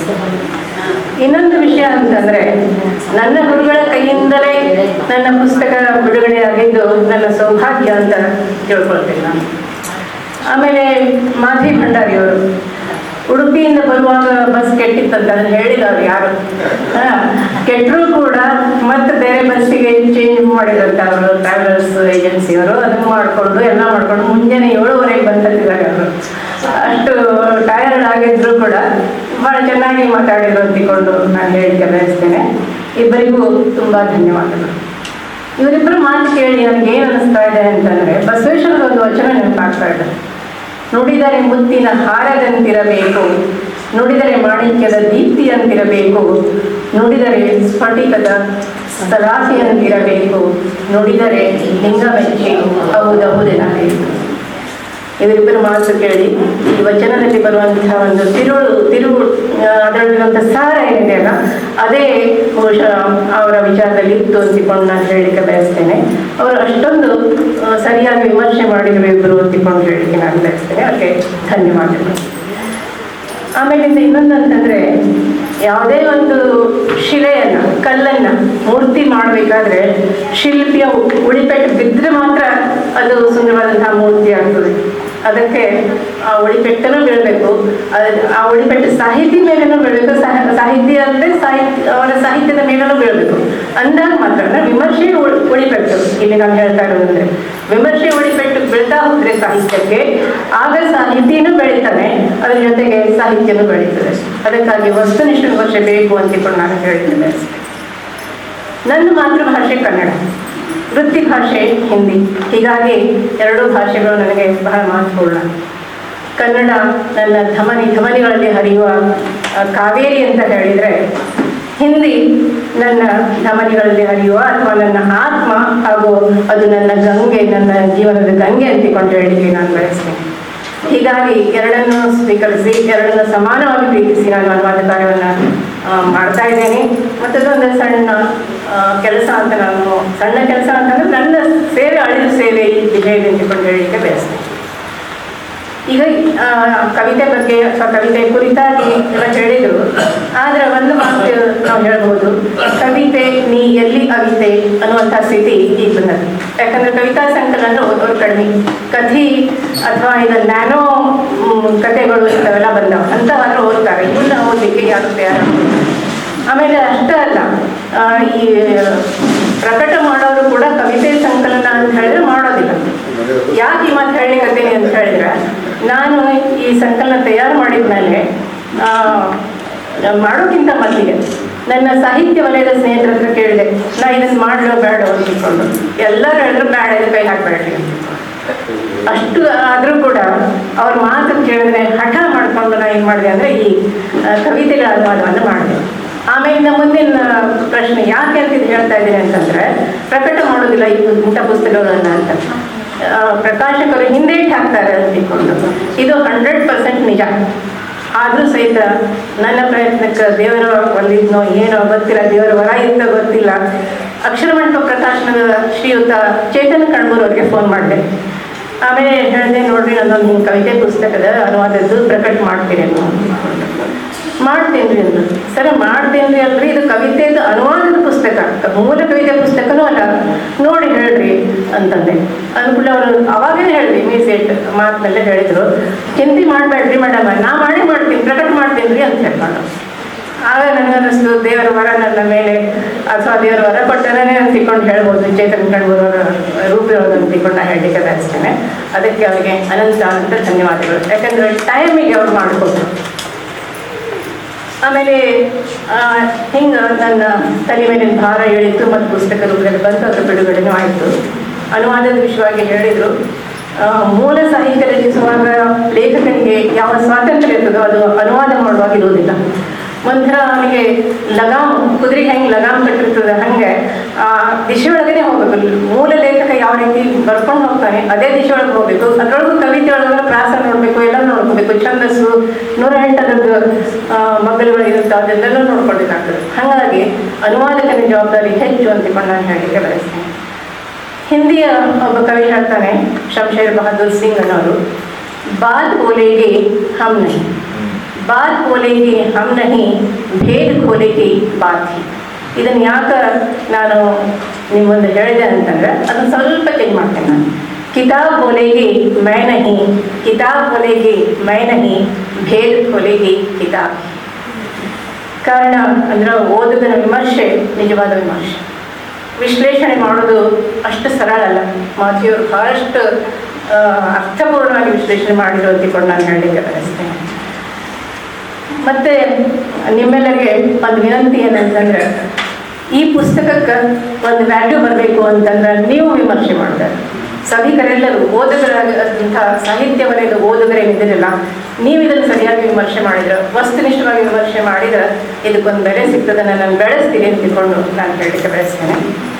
ಕೊನೆಗೆ ನಾನು ಹೇಳೋದಂತಂದರೆ, ಈ ಕಾರ್ಯಕ್ರಮಕ್ಕೆ ನಾನು ಏನೇ ಹೇಳಿದ ಅಂಗಡಿ ಸರಿ ಕೇಳಿದೆ, ಅದೇ ರೀತಿ ರೂಪಾ ಮೇಡಮ್ ಅಂತ ಕೇಳಿದೆ, ಇಬ್ಬರು ಆಯ್ತು ಮಾಡ್ರಿ ಅಂತ. ಯಾವಾಗೂ ಅಂಗಡಿ ಸರಂತೂ ಇಲ್ಲ ಕೇಳೋದೇ ಇಲ್ಲ ಯಾವಾಗಲೂ. ಆಮೇಲಿಂದ ಇನ್ನೂ ಒಂದು ನೀವು ವಿಷಯ ಹೇಳಬೇಕಂತ ಹೇಳಿದ್ರೆ, ಇವತ್ತು ಯಾರೂ ಬಂದಿಲ್ಲ, ಫಸ್ಟಿಗೆ ಅಂಗಡಿ ಸರ್ ಬಂದ್ಬಿಟ್ಟು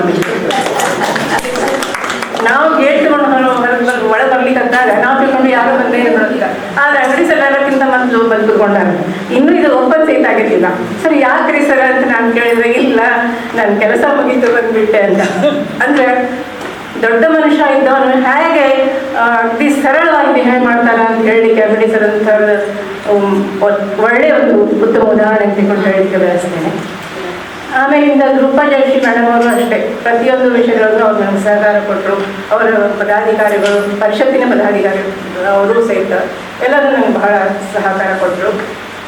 ಆಮೇಲೆ ನೀವೆಲ್ಲರೂ ಸಾಕಷ್ಟು ಸಹಕಾರ ಕೊಟ್ಟು ಇಲ್ಲಿ ಇಷ್ಟೊತ್ತಿನವರೆಗೆ ಕೂತ್ಕೊಂಡು ಯೂಟ್ಯೂಬರ್ ಆಗಲಿ ಅಥವಾ ಫೋಟೋಗ್ರಾಫರ್ ಆಗಲಿ ಅಥವಾ ಇದರ ವ್ಯವಸ್ಥೆ ಮಾಡಿದಂಥವರಾಗಲಿ, ಟಿಫಿನ್ ವ್ಯವಸ್ಥೆ ಮಾಡಿದಂಥವರಾಗಲಿ, ನನ್ನ ಪರಿವಾರದವರಾಗಲಿ ಎಲ್ಲರಿಗೂ ನನ್ನ ಅನಂತ ಧನ್ಯವಾದ.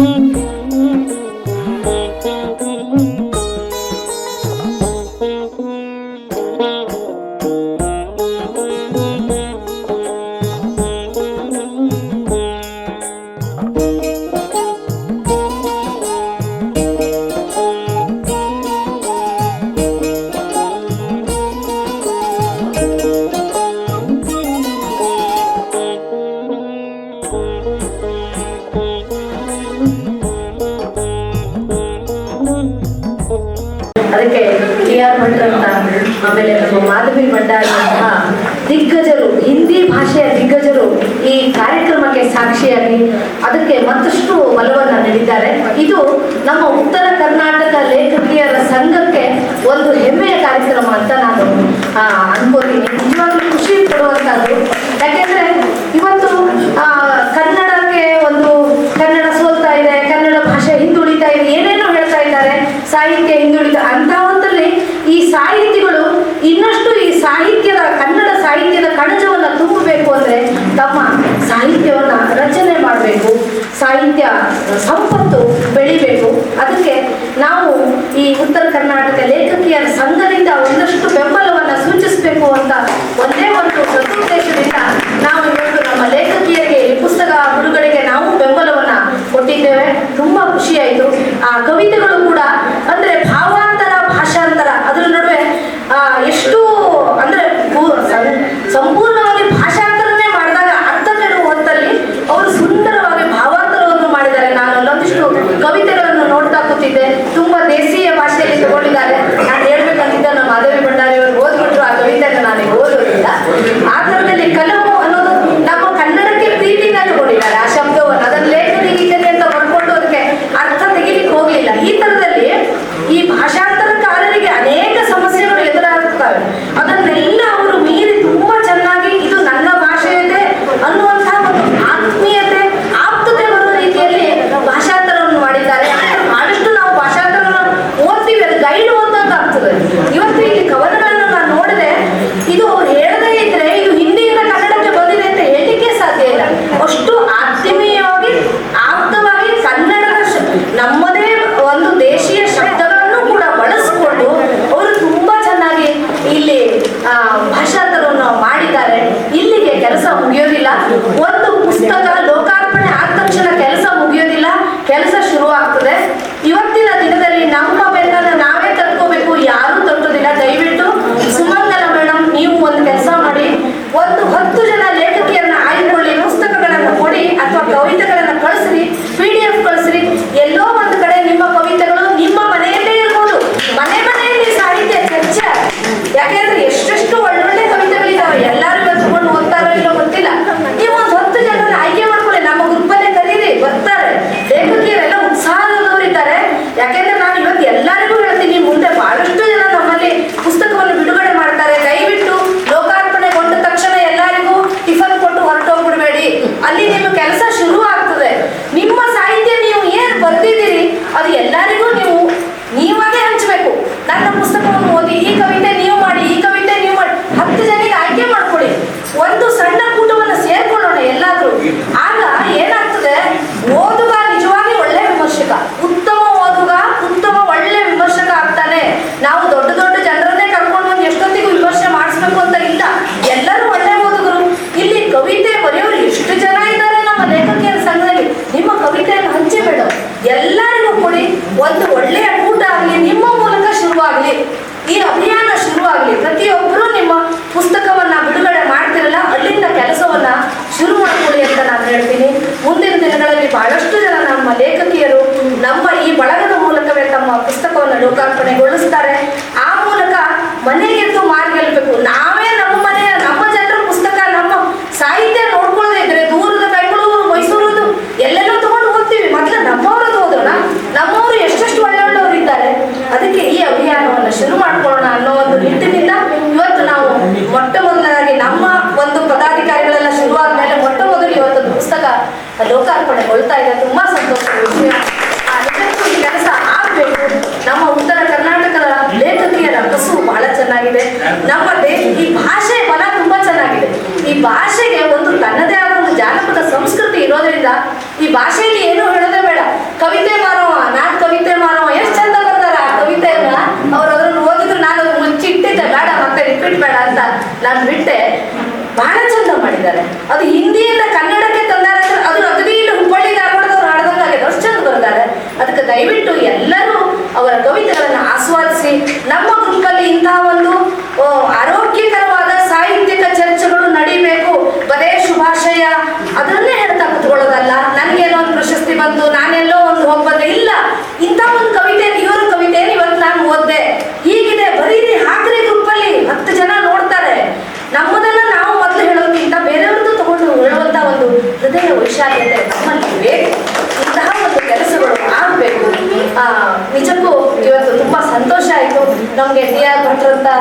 ಆಮೇಲೆ ಭಂಡಾರಿ ಮೇಡಮ್ ಅಂತ ಅವರ ಎಲ್ಲ ಒಂದು ಮಾತುಗಳು ಕೇಳಲಿಕ್ಕೆ ಸಿಕ್ಕು. ನಮ್ಮ ಲಿಂಗರಾಜ್ ಅಂಗಡಿಯವರು ಇದ್ಬಿಟ್ರಂತೂ ಅಗದಿ ನಮ್ಗೆ ದೊಡ್ಡಣ್ಣ ಇದ್ದಾಗೆ, ಬಲಗೈ ಇದ್ದಾಗೆ. ತುಂಬಾ ಚೆನ್ನಾಗಿ ಕಾರ್ಯಕ್ರಮ ಆಯ್ತು. ತಾವೆಲ್ಲರೂ ಇದಕ್ಕೆ ಸಾಕ್ಷಿಯಾಗಿದ್ದೀವಿ. ಇದೇ ರೀತಿ ನಾವೆಲ್ಲರೂ ಸೇರ್ಕೊಂಡು ಈ ಒಂದು ಪಥವನ್ನ ಮುಂದಿರಿಸಿಕೊಂಡು ಹೋಗೋಣ ಅಂತ ಹೇಳ್ತಾ ನನ್ನ ಮಾತಿಗೆ ವಿರಾಮ ಹೇಳ್ತೀನಿ. ಉತ್ತರ ಕರ್ನಾಟಕ ಲೇಖಕಿಯರ ಸಂಘ ಹುಬ್ಬಳ್ಳಿ ಧಾರವಾಡ, ಅಕ್ಷರ ಮಂಟಪ ಪ್ರಕಾಶನ ಬೆಂಗಳೂರು ಇವರ ಸಂಯುಕ್ತ ಆಶ್ರಯದಲ್ಲಿ ಇವತ್ತು ನಾವೆಲ್ಲ ಹಿಂದಿ ಸಾಹಿತ್ಯದ ಜಗತ್ತಿಗೆ ಹೋಗಿ ಮತ್ತೆ ಮರಳಿ ಬಂದ್ವಿ ಕನ್ನಡ ಸಾಹಿತ್ಯಕ್ಕೆ ಅಂತ ಅನಿಸ್ತು. ಯಾಕಂದ್ರೆ ಇದಕ್ಕೆ ಕಾರಣೀಭೂತರಾದವರು ನಾನು 2 ವರ್ಷ ಮೇಡಮ್ ಹತ್ರ ಕಲ್ತಿದ್ದೀನಿ ಹಿಂದಿಯಲ್ಲಿ, ರೆಗ್ಯುಲರ್ ಎಲ್ಲಿ ಮಾಡಿದವಾಗ 95-97ನೇ ಇಸ್ವಿಲಿ. ಬಟ್ ಸರ್ ಕೂಡ ನಮ್ಗೆ ಸರ್ ಅವ್ರು ಕೂಡ ಕಲ್ಸಾರ. ವರ್ಷಕ್ಕೆ ಒಂದೊಂದ್ರಂಗ ಒಂದು ಬ್ಯಾಚ್ ಪಾಸ್ ಔಟ್ ಆದ್ಮೇಲೆ ಹೆಸರುಗಳು ನೆನಪಿರ್ತಾವ, ಮುಖ ನೆನಪಿರೋದಿಲ್ಲ. ಎಸ್, ರೆಗ್ಯುಲರ್ಲಿ ನಾನು ಕೂಡ ಶಿಕ್ಷಕಿ ಆಗಿರೋದ್ರಿಂದ ಯಾರೋ ಮಕ್ಕಳು ಬರ್ತಿರ್ತಾರ, ಹೆಸರು ನೆನಪಿರ್ತಾವ, ಮುಖ ನೆನಪಿರೋದಿಲ್ಲ, ಮುಖ ನೆನಪಿದ್ರೆ ಹೆಸರು ನೆನಪಿರೋದಿಲ್ಲ. ಹಾಗಾಗಿ ನಾನಿವತ್ತು ಈ ಸಂದರ್ಭಕ್ಕೆ ನಾನು ಕೂಡ ಇಲ್ಲಿ ಭಾಗಿಯಾಗಿದ್ದಕ್ಕೆ ಬಹಳಷ್ಟು ಸಂತೋಷವನ್ನ ಅನುಭವಿಸ್ತಾ ಇದ್ದೀನಿ. ಇವತ್ತು ಸುಮಸಿರಿ ಡಾಕ್ಟರ್ ಸುಮಂಗಲ ಮುಮ್ಮಿಗಟ್ಟಿ ಮೇಡಮ್ ಅವರ ಸುಮಸಿರಿ ಪುಸ್ತಕ ಅನುವಾದಿತ ಕವಿತೆಗಳ ಸಂಗ್ರಹ ಬಿಡುಗಡೆಗೊಳ್ತು. ಈ ಒಂದು ಕಾರ್ಯಕ್ರಮಕ್ಕೆ ಸಾಕ್ಷೀಭೂತರಾಗಿ ವೇದಿಕೆ ಮೇಲೆ ಆಸೀನರಾದಂತಹ ಎಲ್ಲರನ್ನೂ ತಗೊಳ್ತಾ ಒಬ್ಬೊಬ್ಬರು ನಾನು ಹೇಳ್ತಾ ಹೋಗ್ತೇನೆ. ಕಾರ್ಯಕ್ರಮದ ಅಧ್ಯಕ್ಷತೆಯನ್ನು ನಮ್ಮ ಲೇಖಕಿಯರ ಸಂಘದ ರೂಪಾ ಜೋಶಿ ಅವರು ವಹಿಸಿದ್ರು. ಆಮೇಲೆ ಮುಖ್ಯ ಅತಿಥಿಯಾಗಿ ನಮ್ಮ ಎಲ್ಲಾರಂಗಡಿ ಸರ್ ಅವರು, ಕನ್ನಡ ಸಾಹಿತ್ಯ ಪರಿಷತ್ತಿನ ಜಿಲ್ಲಾಧ್ಯಕ್ಷರು, ಅವರು ಕೂಡ ಮುಖ್ಯ ಅತಿಥಿಯಾಗಿ ಭಾಗವಹಿಸಿ ತಮ್ಮದೇ ಆದ ಕೆಲವು ವಿಚಾರಗಳನ್ನು ಹಂಚಿಕೊಂಡ್ರು. ಮತ್ತೆ ನನಗೆ ಇಲ್ಲಿ ಭಟ್ ಸರ್ ಮಾತು ಕೇಳ್ತಾ ಮತ್ತೆ ನಾನು ಯೂನಿವರ್ಸಿಟಿ ಕ್ಲಾಸಲ್ಲಿ ಕೂತಿದ್ದೀನೇನೋ ಅಂತ ಅನಿಸ್ತಾ ಇತ್ತು. ಅವರು ಕೂಡ ಇವತ್ತು ಉದ್ಘಾಟನೆಯನ್ನು ಮಾಡಿ ಪುಸ್ತಕವನ್ನು ಬಿಡುಗಡೆ ಮಾಡಿ ಮಾತನಾಡಿದ್ರು. ಜೊತೆಗೆ ವಿಶೇಷವಾಗಿ ಪುಸ್ತಕವನ್ನು ಕುರಿತು ಮಾಧವಿ ಭಂಡಾರಿ ಮೇಡಮ್ ರವರು ಅದೆಷ್ಟೊಂದು ವಿಚಾರಗಳನ್ನ, ಮಾರ್ಕ್ಸ್ವಾದ ಬಂತು, ಆಮೇಲೆ ಬಂಡಾಯ ಬಂತು, ಪ್ರಗತಿಶೀಲ ಬಂತು, ಏನೆಲ್ಲವನ್ನ ನಮ್ಮ ಎದುರಿಗೆ ಅನುವಾದಿತ ಕವನಗಳ ಮೂಲಕ ಬರೆದವರು ಮುಮ್ಮಿಗಟ್ಟಿ ಮೇಡಮ್ ಆದ್ರೂ ಕೂಡ ಅದನ್ನ ನಮ್ಗೆ ಒಂದು ಝಲಕ್ ತರ ಒಂದು ಸೆಂಟೆನ್ಸ್ ಹೇಳೋರು, ನೀವು ಓದ್ರಿ, ಎಂಜಾಯ್ ಮಾಡ್ರಿ ಅಂತ ಹೇಳ್ತಾ ಇದ್ರು. ಅವ್ರಿಗೂ ಕೂಡ ಎಲ್ಲರನ್ನ ಒಳಗೊಂಡು ಈ ವೇದಿಕೆ ಮೇಲೆ ಇರುವ ಹಿರಿಯರೆಲ್ಲರಿಗೂ ನಾವು ನಮ್ಮ ಲೇಖಕಿಯರ ಸಂಘದಿಂದ, ಕನ್ನಡ ಸಾಹಿತ್ಯ ಪರಿಷತ್ನಿಂದ ಮತ್ತು ಬೆಂಗಳೂರಿನ ಅಕ್ಷರ ಮಂಟಪ ಪ್ರಕಾಶನದಿಂದ ಪ್ರೀತಿಪೂರ್ವಕ ಧನ್ಯವಾದಗಳು ತಿಳಿಸುತ್ತೇನೆ. ಮತ್ತೊಮ್ಮೆ ಮಗನಿಗೆ ಅಭಿನಂದನೆಗಳು. ಇನ್ನು ಈ ಕಾರ್ಯಕ್ರಮಕ್ಕೆ ಬಹಳಷ್ಟು ಪವಾರ್ ಸರ್ ನಮ್ಮಲ್ಲಿ ಅದಾದ್ರೂ HOD ಅಂತಿದ್ರು ನೋಡಕ್ ಆಗ್ತಿರ್ಲಿಲ್ಲ. ಇವತ್ತು ನೋಡಿದೆ ನಾನು, ಬಹಳ ಖುಷಿ ಆಯ್ತು. ಜೊತೆಗೆ ಹಿಂದಿ ವಿಭಾಗನೇ ಬಂದ್ಬಿಟ್ಟೈತಿ ಇಲ್ಲಿ, ಕರ್ನಾಟಕ ವಿಶ್ವವಿದ್ಯಾಲಯದ ಹಿಂದಿ ವಿಭಾಗವೇ ಇಲ್ಲಿ ನಮ್ಮ ತಡೆಯಂದ್ರಿಗಿದೆ. ನಮ್ಮ ಲೇಖಕಿಯರ ಸಂಘದಲ್ಲಿ ಬಂದಿದ್ದಾರೆ, ಜೊತೆಗೆ ಅತಿಥಿ ಅಭ್ಯಾಗತರು ಬಂದಿದ್ದಾರೆ. ಅದರೊಂದಿಗೆ ನಮ್ಮ ಕನ್ನಡ ಸಾಹಿತ್ಯ ಪರಿಷತ್ತಿನ ಎಲ್ಲ ಪದಾಧಿಕಾರಿಗಳು ಇದ್ದಾರೆ, ಹಿರಿಕಿರಿಯ ಲೇಖಕಿಯರು ಇದ್ದಾರೆ, ಲೇಖಕರಿದ್ದಾರೆ. ಎಲ್ಲರಿಗೂ ಮತ್ತೊಮ್ಮೆ ಪ್ರೀತಿಪೂರ್ವಕ ಧನ್ಯವಾದಗಳು ತಿಳಿಸ್ತಾ ಕಾರ್ಯಕ್ರಮಗಳನ್ನ ಮುಗಿಸ್ತಾ ಇದ್ದೀವಿ. ಜೊತೆಗೆ ಇದಕ್ಕೆ